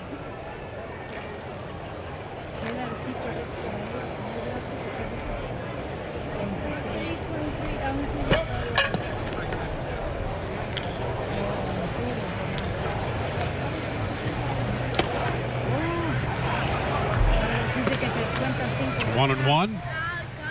I like the new graphic the boys have been working on down in the truck. The mound visits remaining. That's something that you're going to have to keep an eye on this season. It did seem at time a year ago that they had gotten excessive in certain games. Yeah, and what they hope to do is to put some common sense in that as to what constitutes a mound visit. Oh, you no. know, for a catcher. Oh, no. Now, a catcher apparently can stand up and step out in front of the plate and yell stuff back and forth. Right. But if he leaves that dirt portion, then he's in danger of being charged with a mound visit. Little one hopper into right. That will drive in the run. Duffy flares it the other way. The Rays add to their lead. The run is charged to Lale. Lowe scores. Ramos stops at second. And Duffy is aboard, driving in his 6th run of the year. Boy, a little inside out on the swing there. Soft serve right out into right field. That ball staying on the inner half of the plate. Duffy able to fight it off into right field, drive in a run. The Rays add on. Hey, here's another mound visit. See, look at that. I wish the telestrator was up for this game. There you go. And the plate umpire letting people know, hey, there's a mound visit. Well, I had heard too that last year the average major league game had, I think, a little over 7 mound visits per game. So it's not going to be a huge There deal. you go. This is all you need to know right here. Covers all the mound visits. 6 per team. Then you get into extra innings, you get more. 1 per. Make it count. Well, Seems like a lot of work just to get 1 extra mound visit per inning. Extra innings. yeah. Let's do it in 9. Yeah. Yeah, get it done. Just get it done. That is the whole point. 2-1 the count on Echeverria. Well, Rob Manfred, you know, when he came out with the pace of play initiatives, did not go all the way because there was talk, you know, I think for the first little while of the offseason that there'd be a pitch clock come into play, and decided to not go that route, not as of yet anyway. Yeah, and the Players Association not happy about that. They're not in favor of that. There's a whole lot right now that the Players Association is not happy with. Did not have a very good offseason. Yep. Well, there'll be a lot to talk about during the season about the season itself, but time of game and all of that. Fly ball to center field. We might be saved here by this out. Caught by Hicks. The Rays pick up 1 run, and we'll chat with Kevin Cash when we come back. Rays up in this game. We go to the top of the 5th inning, and we're pleased to have Kevin Cash, the Rays manager, join us. And this is the part of the game Brian Anderson's been looking forward to all day, Kevin. Yep. And I know you've been looking forward to it as well. Finally get to I've do missed some them all real work. spring, man. Hey, it's about time. We're getting close to a final roster. You made some pitching announcements earlier, and so we got a couple other things left, right? Yeah, just 1 or 2 more things, but you know, today it's a really good day, and then it's a difficult day because you're delivering a bunch of good messages, but then at the same time you're delivering some difficult ones where guys are going to get optioned or reassigned back to AAA. But I tell you what, I speak volumes about the way the guys handled themselves in those conversations. A lot of excitement, and then you know, obviously for Ryan Yarbrough or Yanni Chirinos, first-time guys. Kittredge's first time, I think, breaking on an opening day roster. So those are fun conversations for all of us to have.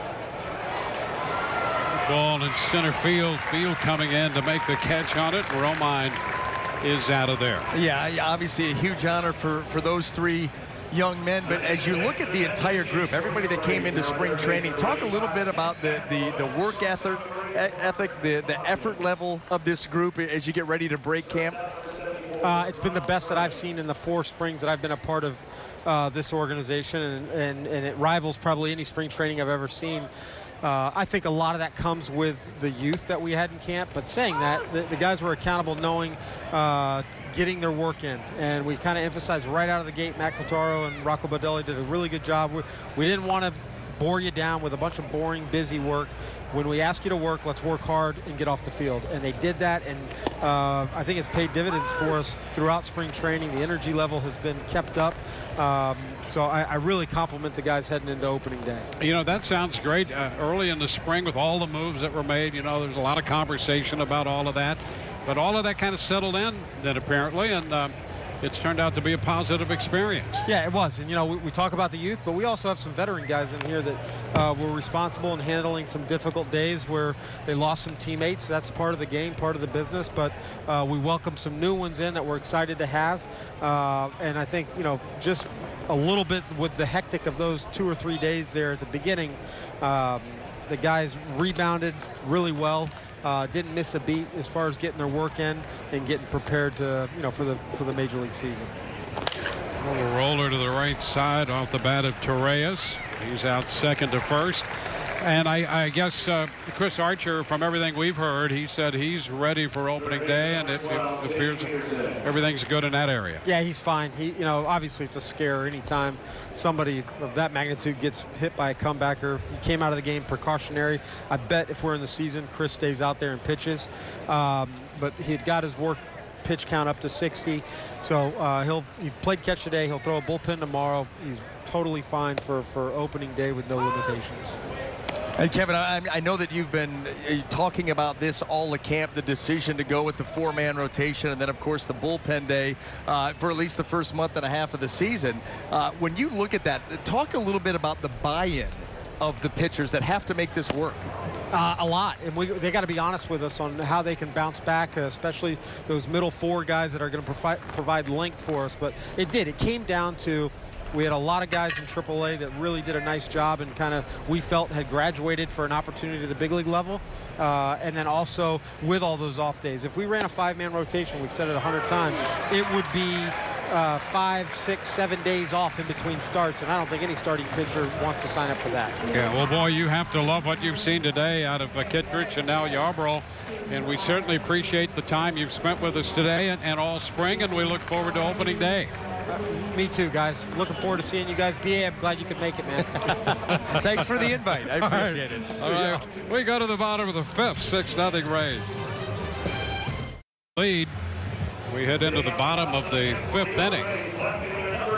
Rays are facing the right-hander Adonis Rosa. He gave up the base hit in the 4th and then got the final out. The Rays added their 6th run in that inning. Parking at Tropicana Field is more efficient this year. Rays parking lots now accept only credit cards to speed up the parking process. Leave your cash in your wallet, swipe your credit card to park, and you can also purchase parking passes in advance at the box office and at a discount at RaysBaseball.com. Rays up. First pitch here in the bottom of the 5th is a strike. Malik Smith leading it off for the Rays, and there's a base hit. Lined right back into center. His 2nd hit of the day. Gives him a 2 for 3 days so far. Well, the Rays starters in this ball game getting an opportunity. Final game here in Charlotte County and taking advantage of it. Number of multi-hit days right there. Malik Smith with his speed using the middle of the field. That's always a good sign. Well, anytime you can get a guy with Malik's speed out there to lead off an inning, really opens up some doors offensively.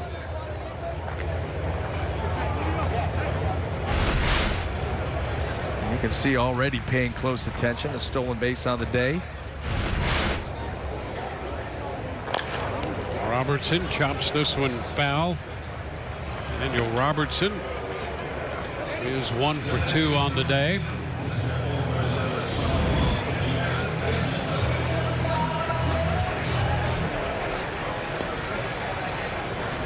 Rays got 5 runs off the starter Keller and 1 off Lale. Moved to first, and back in is Smith. Chris Gittin is at first base, taking over for Austin here in the 5th inning. Trying to catch Smith leaning right there. Close. That's a strike. 0-2.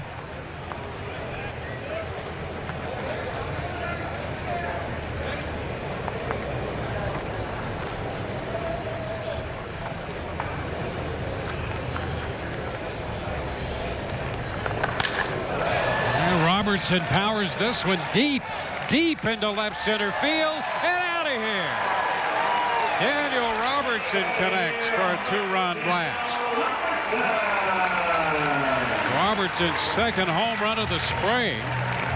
He came to camp about 12 to 15 pounds lighter, but stronger. And boy, he took that pitch up and out of here. It's a good combo. Lose some weight, gain some strength, and handle the hanging breaking ball. And that's what he did right there. That ball was shot out of a cannon.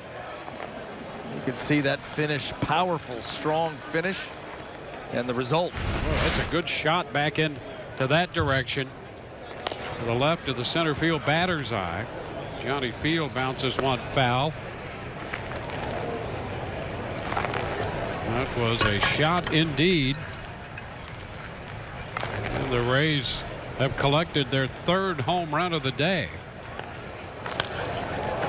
Field fouls it back 0-2.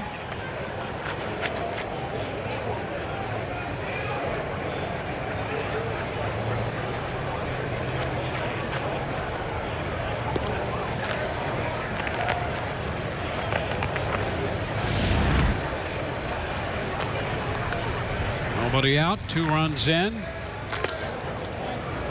Field takes it too high. Rays have 8 runs, 12 hits. They've out-hit the Yankees 12-1 and lead 8-0.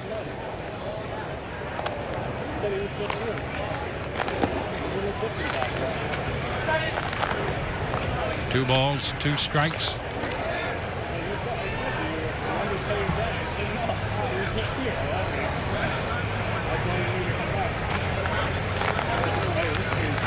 Yankees have Avellino at short now and Castillo at second. Field goes up the right side back toward the corner. That's going to be grabbed for the out. And that's the first out here in the bottom of the 5th. That gives Field 0 for 3.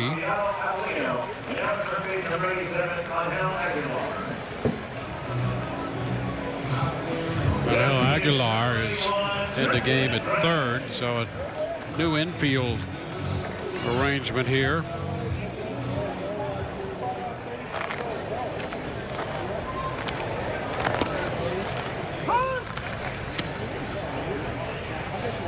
Gray up here in the DH role, taking over in the 4th for Span. So this is the second at bat for Gray, and there's a blast into deep right field and way back off the facing of the office complex for a home run. Oh, what a blast and a half that was by Gray. And the Rays have hit their 2nd home run of the inning. And now it's a 9-0 ball game. I don't know if a fielder moved on that. 0-1 heater, down and into a lefty, always dangerous, and that ball was destroyed. Some token movement, but nothing of any consequences. It did some damage on the complex behind the right field wall. Tristan Gray with a long home run. Well, that's impressive.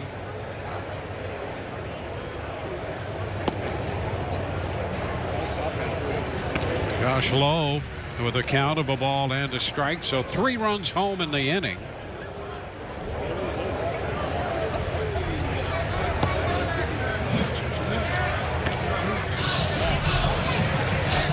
One.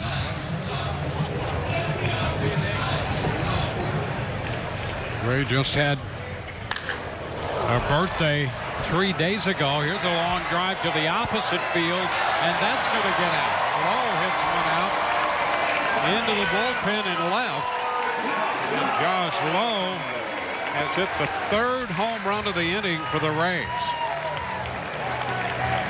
Gray and Lowe go back to back in the 5th. Boy, and all in their own way, flash. You think about Robertson's, of course, the one we just saw, and then how about this? That ball looks like it was just sliced off the end of the bat and getting tremendous carry the opposite way. Continue to add on.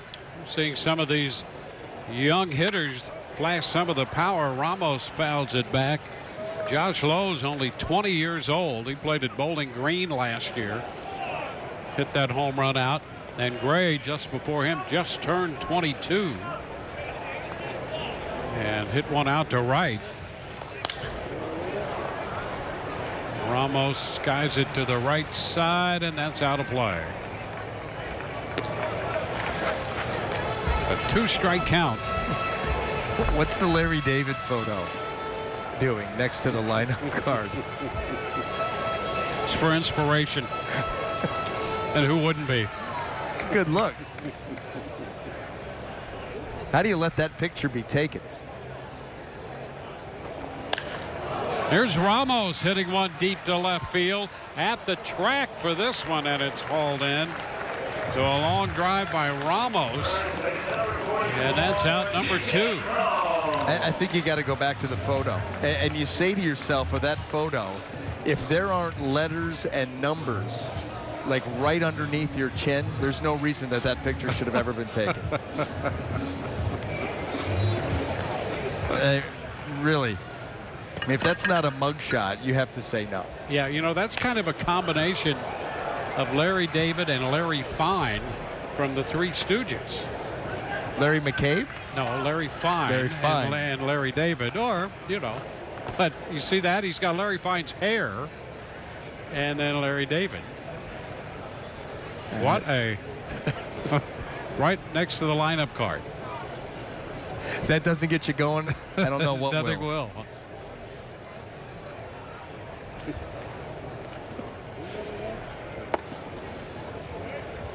One ball, one strike.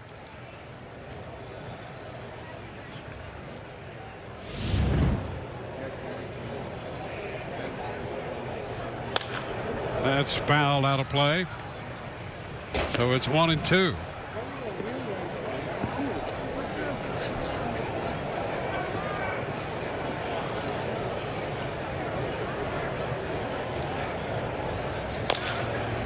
Chopper foul.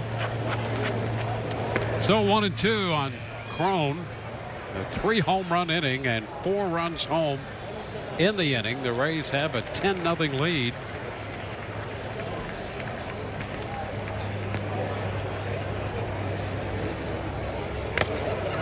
Cut right there. Boy, he had a pitch.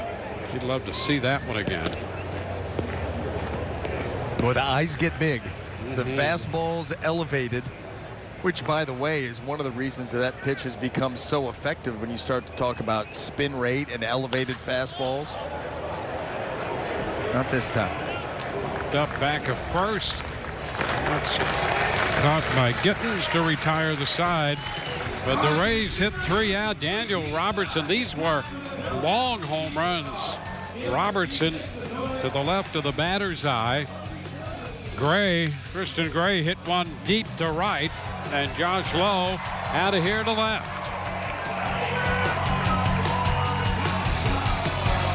Next inning, the Rays on top.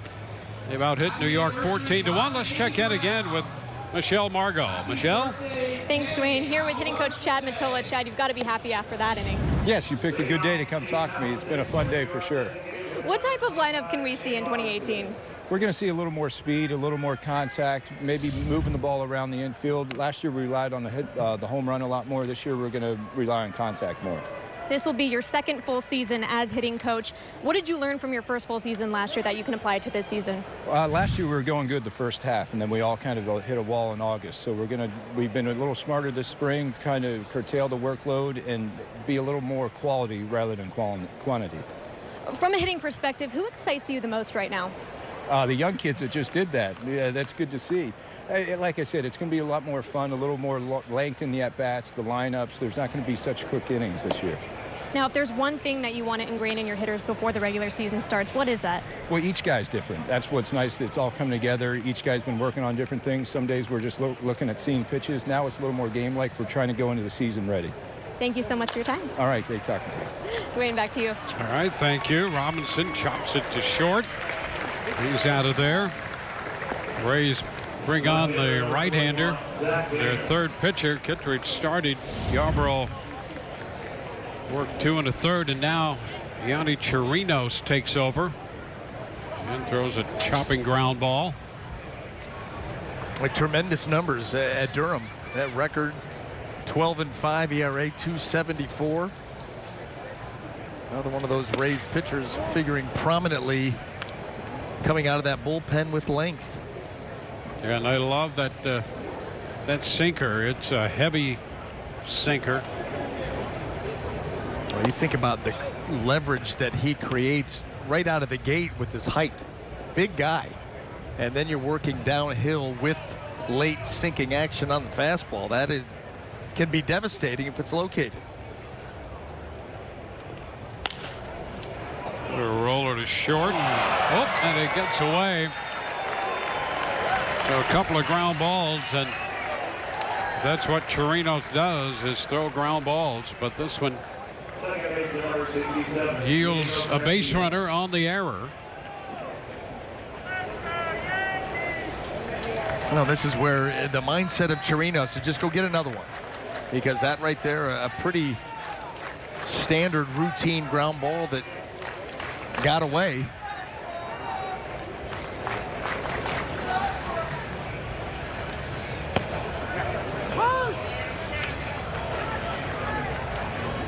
The good thing about a guy with a good sinker, you're just one pitch away from getting those 2 quick outs, getting out of situations like this.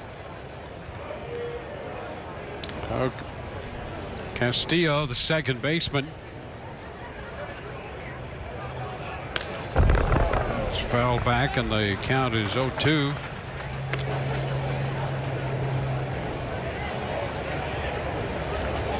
Jermaine Palacios, the shortstop, charged with that error. He came over from Minnesota in the Odorizzi deal.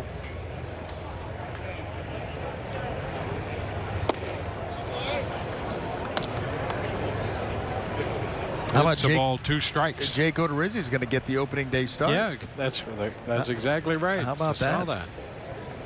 Pretty big acquisition then for Minnesota. Team with postseason aspirations after getting there a year ago.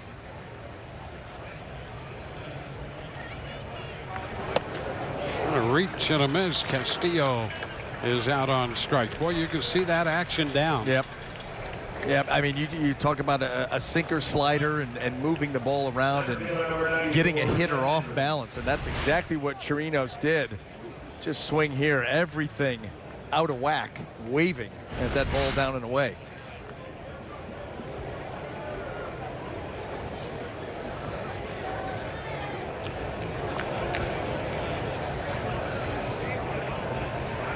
Jeff Hendricks hits it on the ground to third. Padlow up with it. Throw to first, so ground ball after ground ball. And a man left. He reached on the error. We go to the bottom of the 6th, 10-0. At this point, 14-1. Rays baseball from spring training. Always live with MLB At Bat. The app keeps you connected every day with live radio calls, video highlights, stats, breaking news, and more. Download MLB At Bat now. It's your #1 Rays app.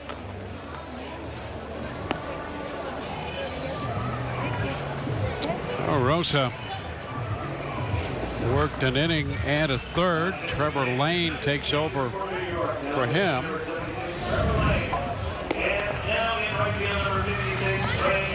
Well, more than a strikeout an inning a year ago in the minor leagues. 69 and 65 and a third. Opponent's average of 209. Very good. How about just the 1 home run? 1 home run given up. I don't care what level that you're pitching at. That is extremely impressive. Good ERA, good numbers all around for Trevor.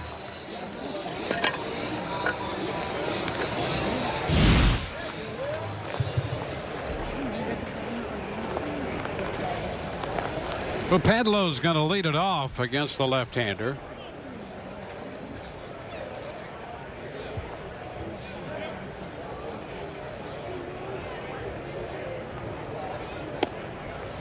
The pitch is down.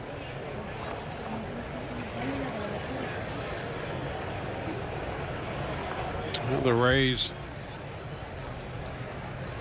scored 4 runs off Rosa.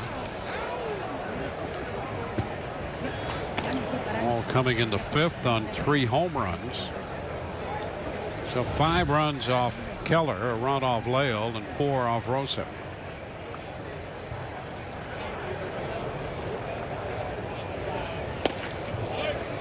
That's a strike, 1 and 2.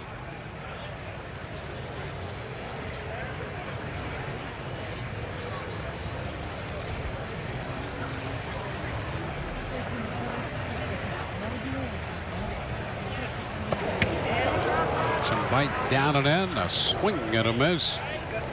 Hedlow out on strikes.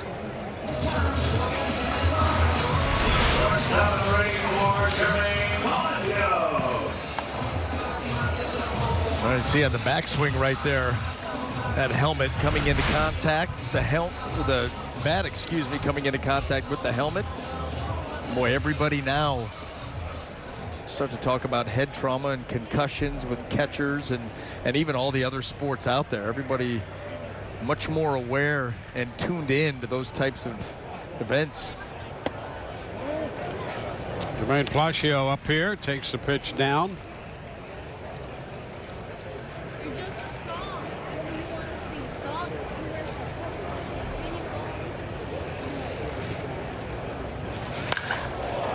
Sends a high fly ball back into deep left field, and this one will get out of here. I mean, get out of here. So the young infielder hits one out. Another home run for the Rays, their 6th of the day. And so Palacio joins the home run barrage. Yeah, there have been some mammoth blast here today. That ball hanging right up and out over the plate, and you think you knew it.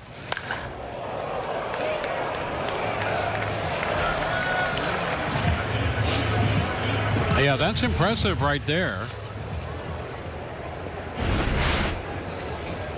And now Malik Smith.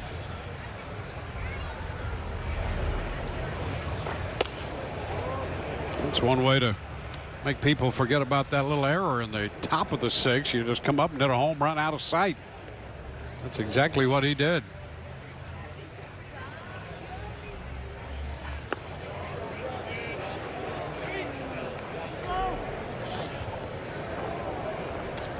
Counts 2-0 on Malik's.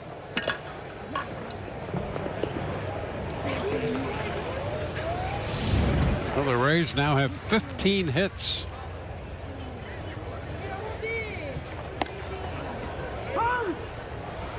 Picks up the zone, 2-1.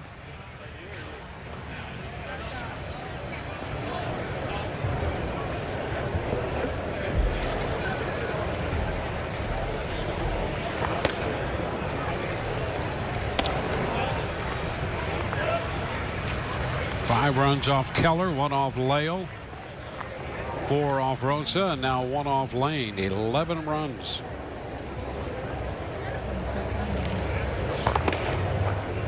Full count.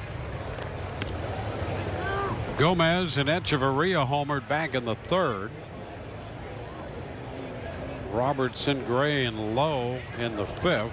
Palacio here in the 6th. And ball 4. Alex Smith is on for the 3rd time.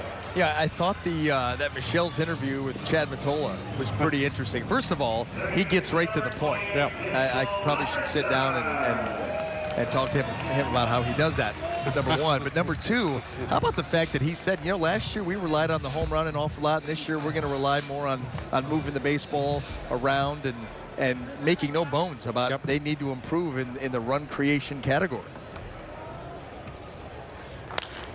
Robertson fouling it back, strike 1. Yeah, you think last year all those home runs and all the solo home runs. I mean, you need men on base, and the Rays had an issue with that. Yeah, they were 14th in the American League in runs while setting a franchise record in home runs. Yep. Did not do a very good job with runners in scoring position. Did not create that many opportunities with runners in scoring position.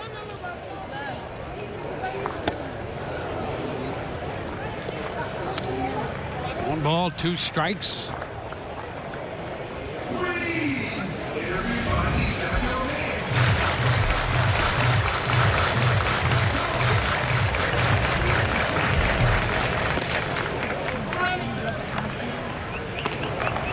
Two and two.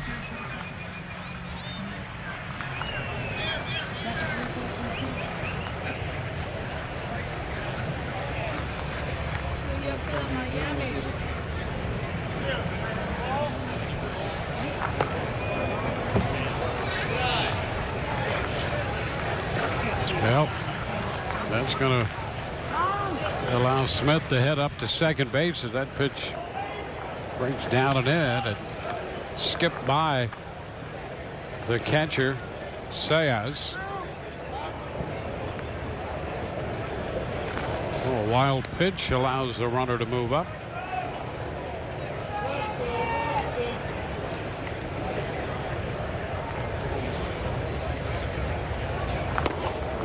Robertson out on strikes on that one.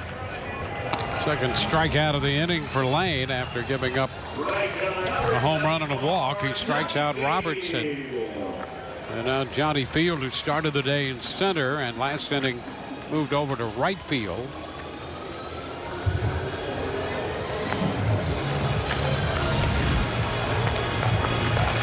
Field 0 for 3.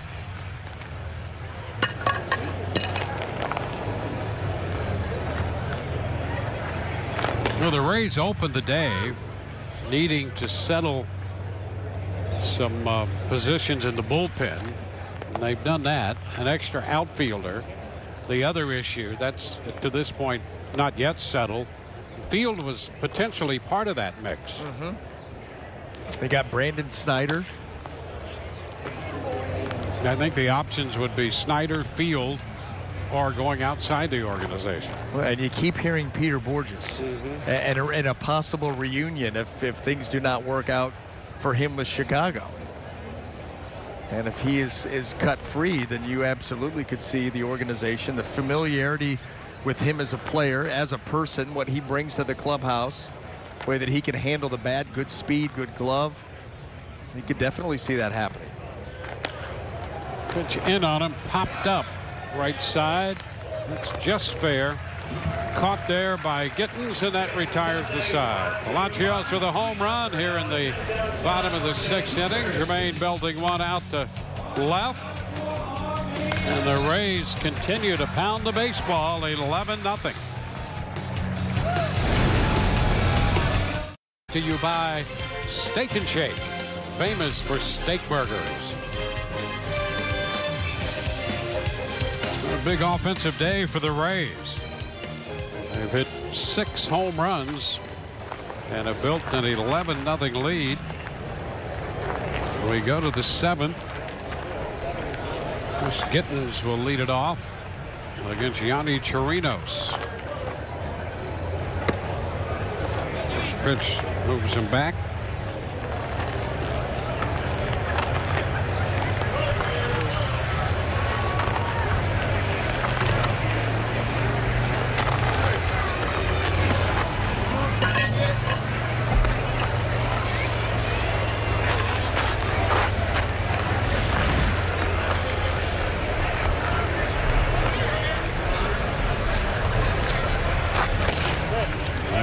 Strike on the corner. It's 2-1.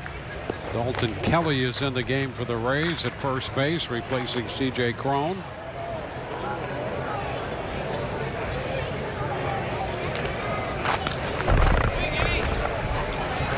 Two and two.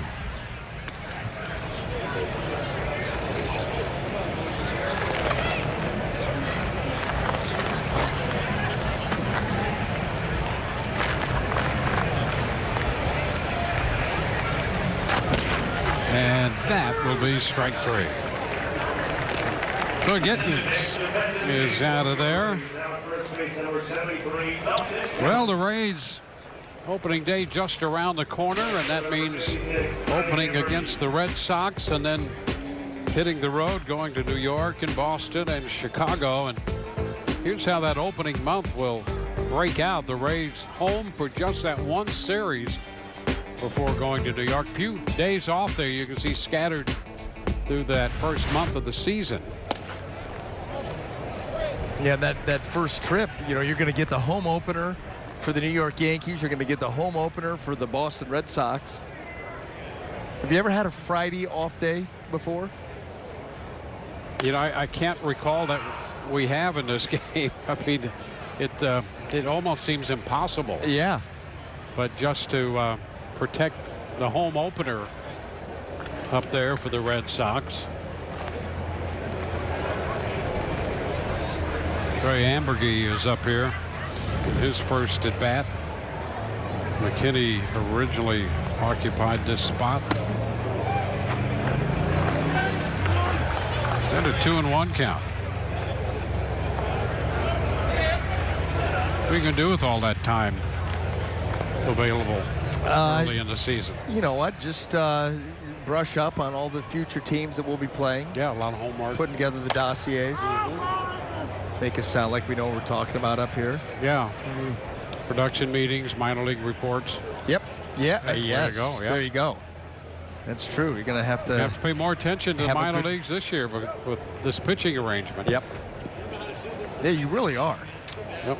I think that's going to be something that's fascinating to watch unfold. Yeah, I do. I think it's going to be fun as much as people have talked about. Can it work? How strange can that be? There's a great stop by Palacios, but no play. He got to that ball in the hole deep. You can see a couple of steps into the outfield. So there's a base hit. We'll take a look at that range at shortstop. Well, he gets a great jump and then the long dive. Not an easy play to make, and obviously can't make the throw, but certainly the effort was acknowledged by the crowd here. Yeah, you know, this is the first time we've seen him. Made a little error, but you kind of like that range right there. You like the power. Yeah. I mean, Yes. wow. The chop to the right side. The play is going to be to first. He heads up to second base. Yeah, even the bounce back. Yep. You know, you get traded for the Rays, you know, number two or three starter, and getting an opportunity here this afternoon, and that ground ball that the air was committed on was as routine as you're going to get, and instead of letting that affect his game at all, he just turns around, pops one out of the yard, and makes a tremendous diving play in the hole. And you like that mental toughness. Well, 2 outs with the runner at second. Here's Avellino, the shortstop. That's the thing about this game. You know, not only are you know, it's a game built on failure, at least from the hitting standpoint. You know, you fail 70% of the time. We've all heard the cliches. But you're going to make errors. Mistakes are going to be made. And if you are not mentally tough and you've got thin skin, you will not make it in this game. You just won't. And so you've got to be able to bounce back on the fly. And so you make that error and you say, hey, you know what? That's part of it. It's over and done with. Nothing I can do about it. I'll get the next one. Yep. Hit a home run out of sight. Show some great range. Nobody remembers. And just be a plus player. Go ahead and let in one, drive in two. I play with guys like that. 1 and 2. Yep. Sometimes you like them better than other times. But as long as they could drive in 2 for every one. Yes, that one that you gave up when I'm standing out there, which, by the way, I needed help. Yeah. I needed help. Didn't need to have. We all need each other. Yep. It takes a village, Dwayne, to win does. a championship. It does. Takes a village. I'm writing that down right now. Maybe write a book someday. A ball, 2 strikes, the count to Avellino. Missed all this during the offseason. No, you didn't. Let's be honest. No, you did not. Nice stop there by Ramos, and the count is 2 and 2. Calls into Cleveland. Phone would just ring and ring and ring. That's because Gary was over. Yeah, director. I know. Director. I saw that. Swing by. Photographic evidence that he was there. A couple of pop-ins.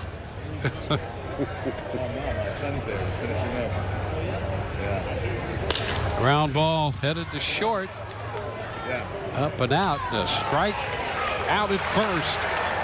And that's going to retire the side. No runs, a hit, and the man left. Middle of the 7th. 11-0 Tampa Bay. The Rays lead the New York Yankees, moving on to the bottom of the 7th inning. And let's call in Neil Solondz here. Neil, how are you? Good, Dwayne. Thanks very much for having me on the broadcast today. We're with the Senior Vice President of the Rays on the baseball operations side, and Chaim Bloom. And really, you've got the present and the future on display today. Chaim, starting with two big prospects who are going to be on your opening day roster, Ryan Yarbrough and Yanni Chirinos. Yeah, both of these guys, obviously we told them they made the club today, and those were some fun conversations. These guys really have been less heralded throughout their minor league careers, but we think really highly of both of them. Both guys, very composed, tremendous off-speed stuff, deceptive deliveries that allow their stuff to play up. We're big fans of both. Well, you got the present future and the future with the kids hitting home runs today. Josh Lowe, Tristan Gray, and Palacios, who you just got from the Twins. Yeah, those guys made it easy to talk about them today. All three of them hitting some pretty impressive home runs, and we like those guys as well. Gray, obviously, we got in the deal with Pittsburgh, for Corey Dickerson, a young kid who has a very nice swing, very advanced offensive approach, can play all over the infield. Been really impressed by him in this short look. Josh Lowe, this guy has taken his lumps as a high school draft, but is really coming out of it. His tools are tremendous. His ceiling is really, really high with this guy. You saw the power to the opposite field there. And finally, Palacios, who has that power is something that he's started to come into more recently in his career. We really like him at shortstop. Love the arm, love the way he plays the position. So we've been really happy with our first look at him as well. And we're getting a look at Tristan Gray at the plate right now. This is your 14th year with the Rays. Is this as deep as the farm system has been? I think so. It's hard to remember a time just thinking about our minor league rosters when we've been able to look around. Pretty much everybody on a roster has some kind of prospect status, obviously some more than others, but that depth is so important because, you build that depth up. You have guys that will come from, kind of unexpected places in our system to take steps forward and become big leaguers. And in order to have that, we need as much depth as possible. So we definitely have our work cut out for us making decisions on where these kids will go. It's a really good problem to have. Chaim, thank you very much. Thank you, Neil. That's the Rays Senior Vice President, Chaim Bloom. Dwayne, B.A., we go back to you as Tristan Gray, who's just retired. All right, thank you, Neil. And cutting the miss, Gray is out of there on strikes, facing Espinal. So one away. Well, there's no question about what's happened down below with the Rays minor league system. I think around the game, it's recognized that it has moved in the right direction. That's good, Josh. Lowe takes a strike.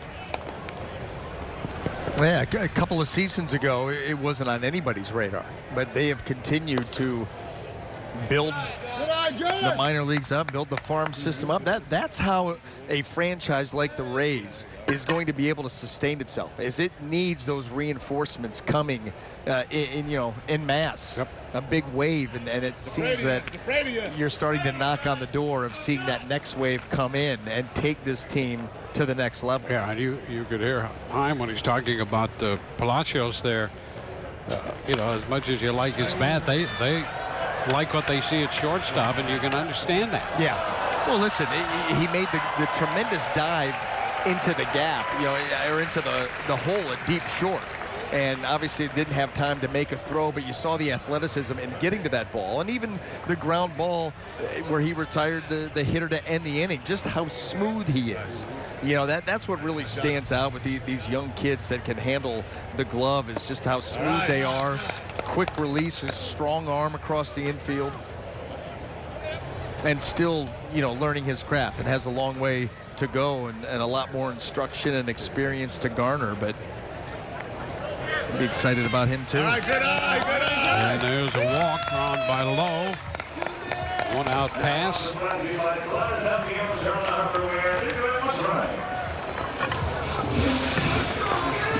So the Rays get a base runner. They've had a lot of those. So there's no run rule in spring training. I thought that was a pace of play deal for the early part of the season. Yeah, run rule. Well, there you are. Mac James gets a chance. Well, we should put that on the list and bring it up. You know, guys do need to get their work in, and the Rays certainly doing that here offensively. And they've obviously thrown the ball very well, too. You think about the guys in this game that were informed today that they were going to make the ball club, and they have gone out and delivered. Foul back, 0-2. The last thing you want to do is be told that you've made the team and then go out and lay an egg. You know, I mean, the worst thing that you could do, at least for your own mind, and these guys have come out and they have thrown the ball extremely well. Never. That is true. I never have. Sad, I know. Yeah. Ooh, strike 3 out there on the corner. And that's out number 2 here in the 7th inning. Low at first. Dalton Kelly will get his first plate appearance.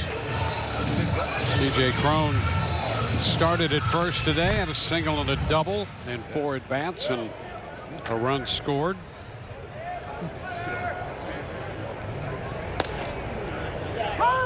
Pitch is in there for a strike.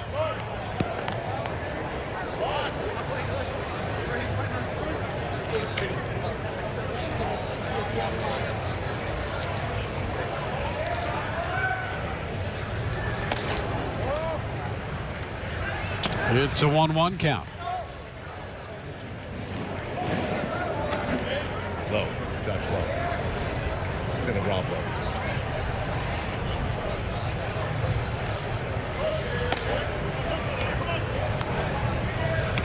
2-1. Well, the Rays scored 5 off the starting pitcher Keller. Yeah. 1 against Lale, 4 against Rosa, and 1 off Lane. Facing Espinal now with a man at first and 2 gone. Yeah. Yes. On the outside corner, 2-2.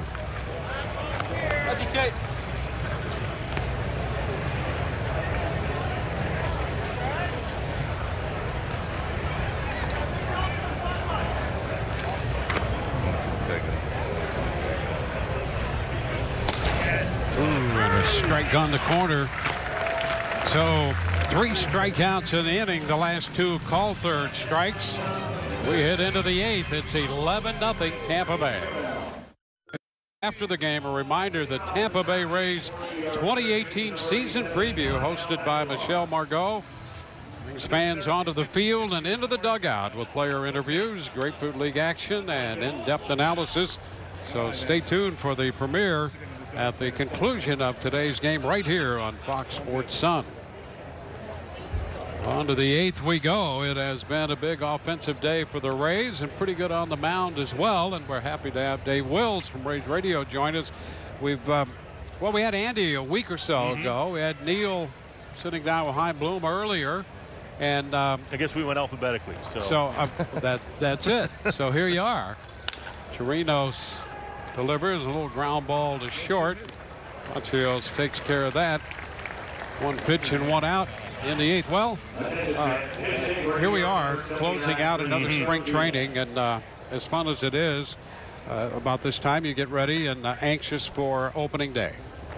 Well, I think it's more fun for the guys out on the boardwalk, as we saw coming back from the break. But you know, these are interesting games. You get a chance to see some players that we've heard about, you know, over the last couple of years, either by being drafted or down to the minor leagues. But I'm excited. I'm excited for some of the young pitchers, especially 2 of them that we've seen today, and Ryan Yarbrough and Yanni Chirinos. I think they both have earned their promotions to the big leagues, and it is going to be an interesting thought process on how the Rays are going to try and divide outs among 4+ starters with that whole bullpen by committee starting nod thing. But at the end of the day, I think we are getting back to what put banners up on the wall in 08, 10, 11, and 13, and that's a little more of the run prevention formula, even though, as I said, today coming into the broadcast, Rays aren't going to hit many home runs. They're going to have to find new ways to score. And then lo and behold, we hit a half dozen homers today. Wait, one of those games. I mean, this team is going to be capable of knocking the ball out of the ballpark, but we were, fortunate enough to have Chad Mottola on earlier in this telecast, and he was saying, listen, last year we relied on the home run. This year we're going to rely more on moving the ball around the infield, moving runners, a little bit more speed. Well, like the first inning, you got the guy over, you got the guy on, he got over, and then you got him in. And I said, that's going to be more of Rays baseball, and then 10 runs later, 6 home runs have cleared the fences. So shows you what we know. It's good to have a multi-faceted offense, and the Rays showing a little bit of that today. New pitcher, and we'll be back with him in a moment.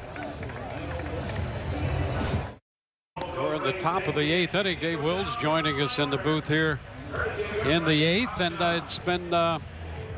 it's been quite a day. We talked about how this club hopes to manufacture runs, and here they are hitting home runs. And now we're going to get a look at Johnny Venters. He's been an interesting guy, trying to battle his way back. One of those great stories in baseball, and boy, you just hope that somewhere along the trail, even if it's not with the Rays, that he makes it back and has some success. I think, the fact that he has not been sent out yet, the Rays are really still taking a long look at the possibility of him pitching for this team. But I mean, BA, you know it. I mean, this guy's had 3.5 Tommy Johns. I mean, to try and come back from 1 is incredible. 2 is almost impossible. Now this guy's trying to come back from 3.5, and he's not the 95 to 98 guy that he once was, but you're still seeing a guy that, like I like to say, kind of like what Dan Wheeler brought to the table for us back in 07 and 08. A guy that has been there and done that, which can only help some of the young bullpen guys that we'll have out there. Yeah, and these 3 pitches right here pretty sharp from Johnny Venters. Listen, having had that surgery and him coming back from now 3, incredible. Good sequence there.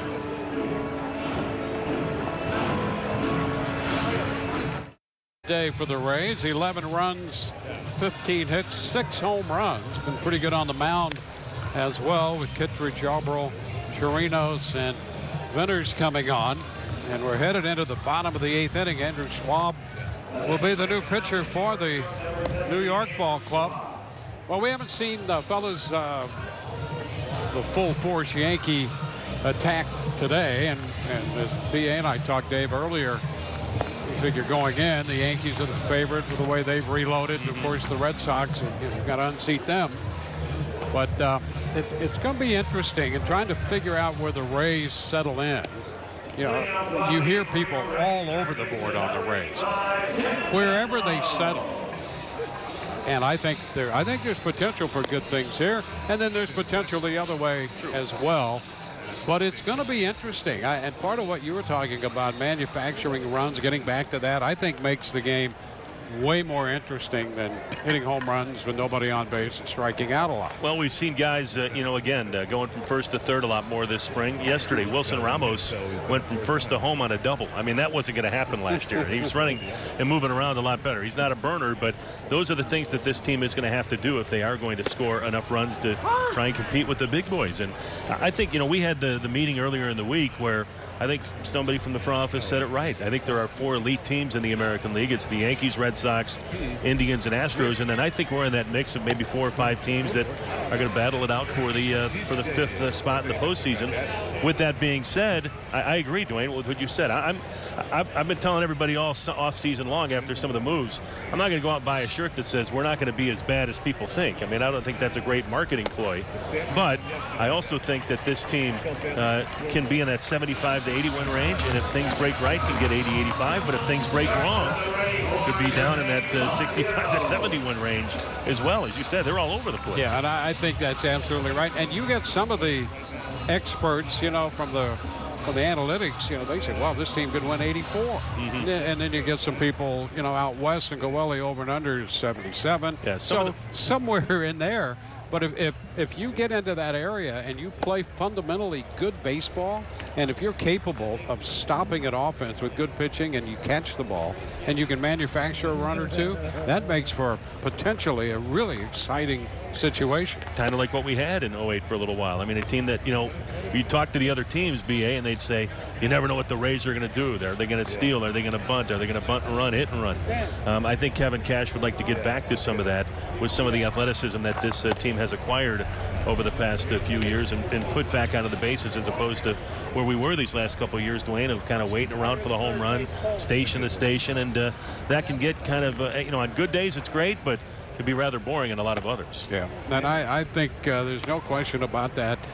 A return to the style of baseball that got this club here. You're not forsaking the long ball. You need the power, but the ability to get on base and to take the extra base and build an inning is what you're looking for. Yeah, and I think the tanking narrative that the national media kind of tagged on the Rays because of what's happening a little further south with the Marlins couldn't have been further from the truth. I mean, at the end of the day, I think our payroll on opening day 2018 is higher than payroll 2017. So there's a lot of things that people are going to be should be excited about this young team. Well, as soon as Evan Longoria gets traded, that's where that narrative popped up. But, going back to talking about the structure of this team, what's going to be fascinating is the questions are everywhere on this team. What will this offense look like when the season starts and push comes to shove? Will they be able to move the ball, manufacture some runs, use their speed? What is the pitching staff going to look like?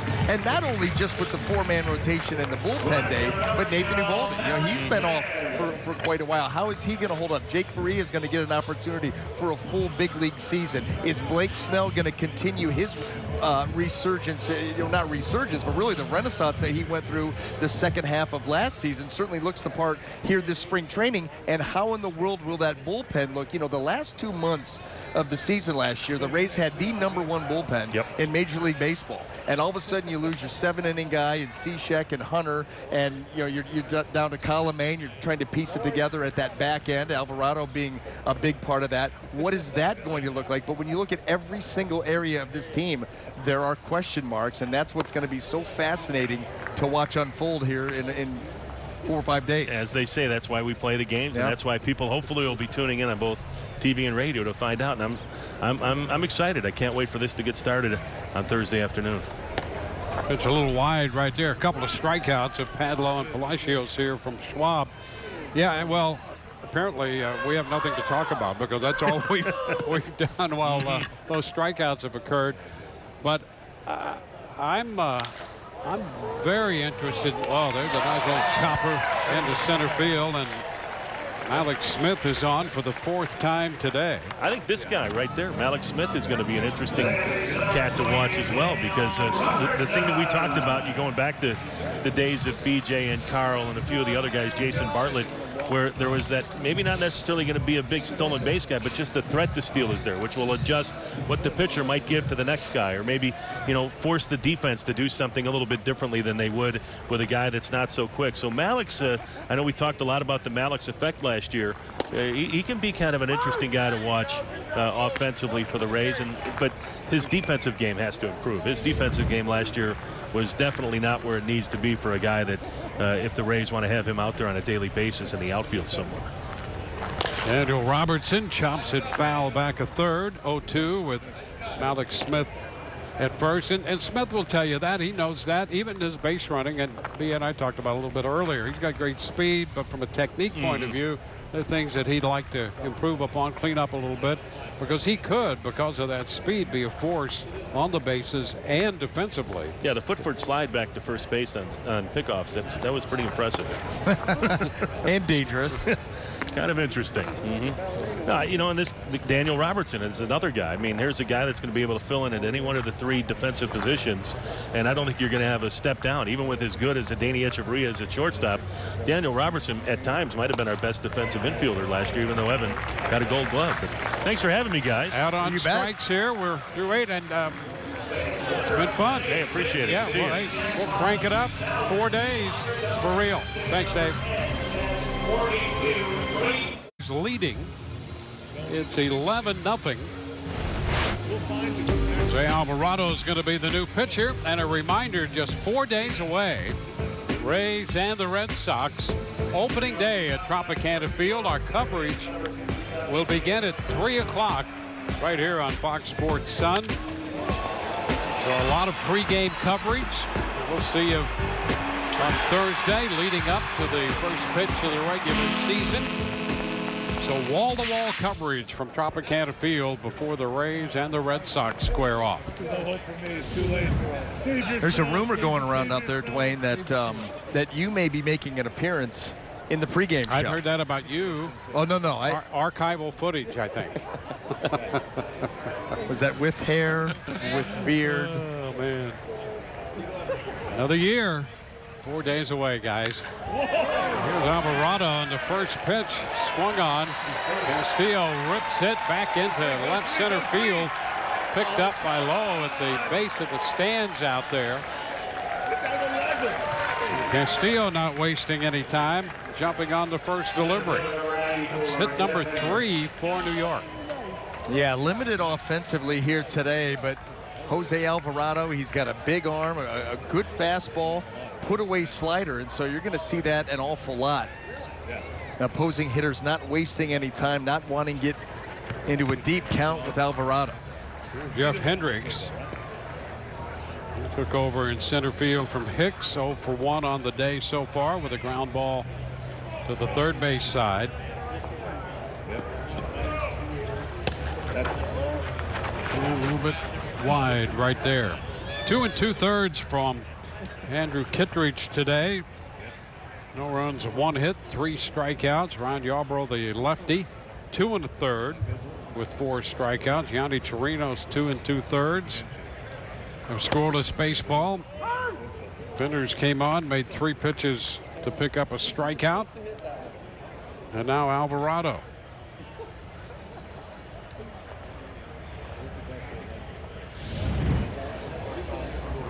A 1-1 count to Hendricks. That's on the corner. Rays with 11 runs, 16 hits today.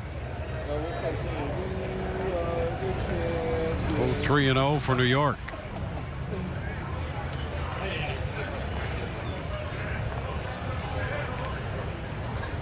Rays with 11 runs, they've left 9 men on base. Could have been worse. It's been a busy day offensively. A lot of action, a lot of movement. That's a strike. And Hendricks is out of there. I'll tell you what, Alvarado making Hendricks aware of the pitches away. And so knowing that he's going to have to go out there and try and get it, ties him up in. And he's just not able to pull the trigger in a meaningful way. That's what Alvarado can do. Come in and overpower hitters. There's a chopper headed towards short. A nice pickup by Palacios. Throw to first, and that's a good play to get Gittins. Over to third goes Castillo. Do you get the feeling that he's starting to get the feel out there? I mean, the body language after that initial opening air, he has been stellar. You know, the initial reaction on that deal was, what did they get for Odorizzi? I'm glad we had a chance to see him today. Yep. Because you understand what they got for him. It's pretty good looking player right here. There's plenty to build around. We're seeing it, the smoothness out in the field, good glove work for the most part, and obviously showing off some power. Pitch is upstairs. 1 ball, no strikes.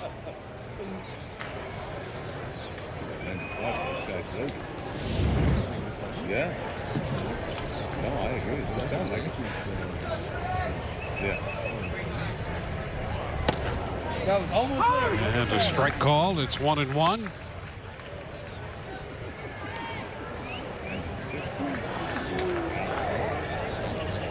Trey Ambergy up here. He had a base hit in the 7th inning.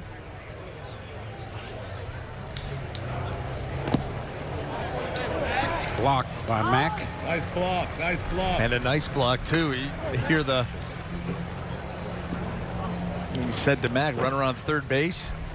Game well in hand, but always looking to impress. Always looking to make the next play. Not getting any better either. 7 years in Ground ball, there's a base hit through the hole, and that will score Castillo, and the Yankees pick up their first run. So it's 11-1. Well, and it makes sense too, Dwayne. Number 56, and where does he find? He finds the 5-6 hole. We talked about it a lot today, and he finds it for the first run. Well, Duffy singled through that hole in the first. The Yankees get their first run in the 9th between short and third. The catcher, Saez. I have officially, and this is probably 2-3 innings ago, but I've officially quit the scorebook. That thing's not very good during the season, but a series of double ear flap helmets come in, and that's it. That's the sign. I'm tapping out.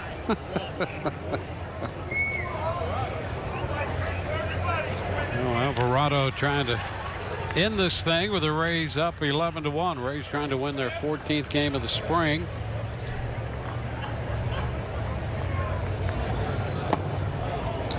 And this is down and is behind 3-0.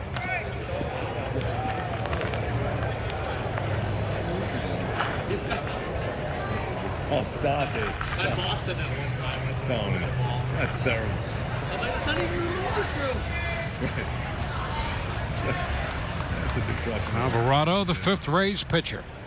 He'll get a strike out of that one. 3-1. Yeah. That could have been 95. How's your hand, 72? How's that feel?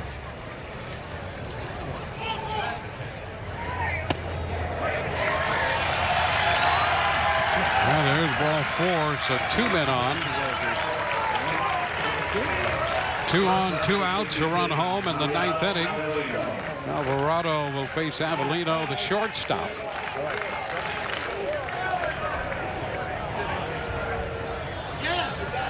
And he gets a meeting. So James Mack, the catcher, out there. That's a trip to the mound.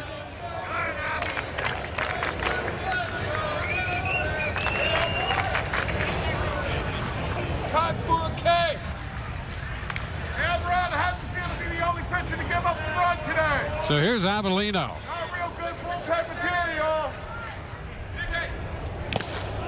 And that's a cut and a miss.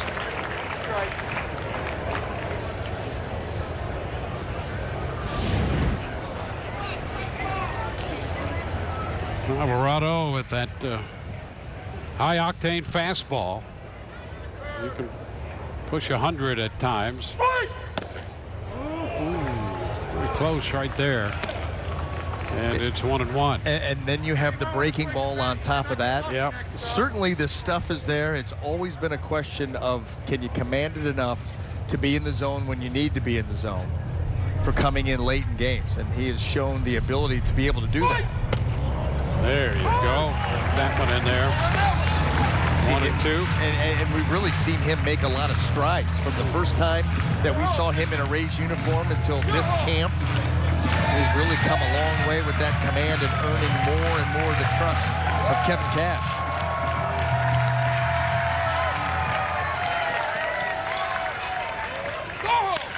Down to first. That'll be grabbed by Kelly.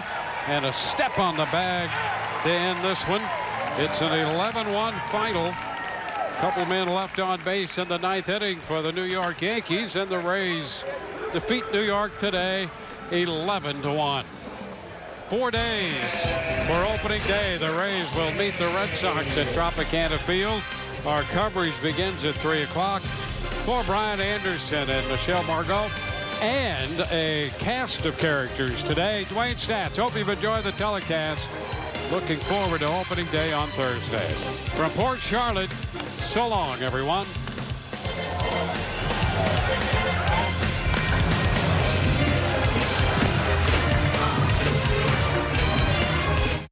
Right now, it's Steak and Shake.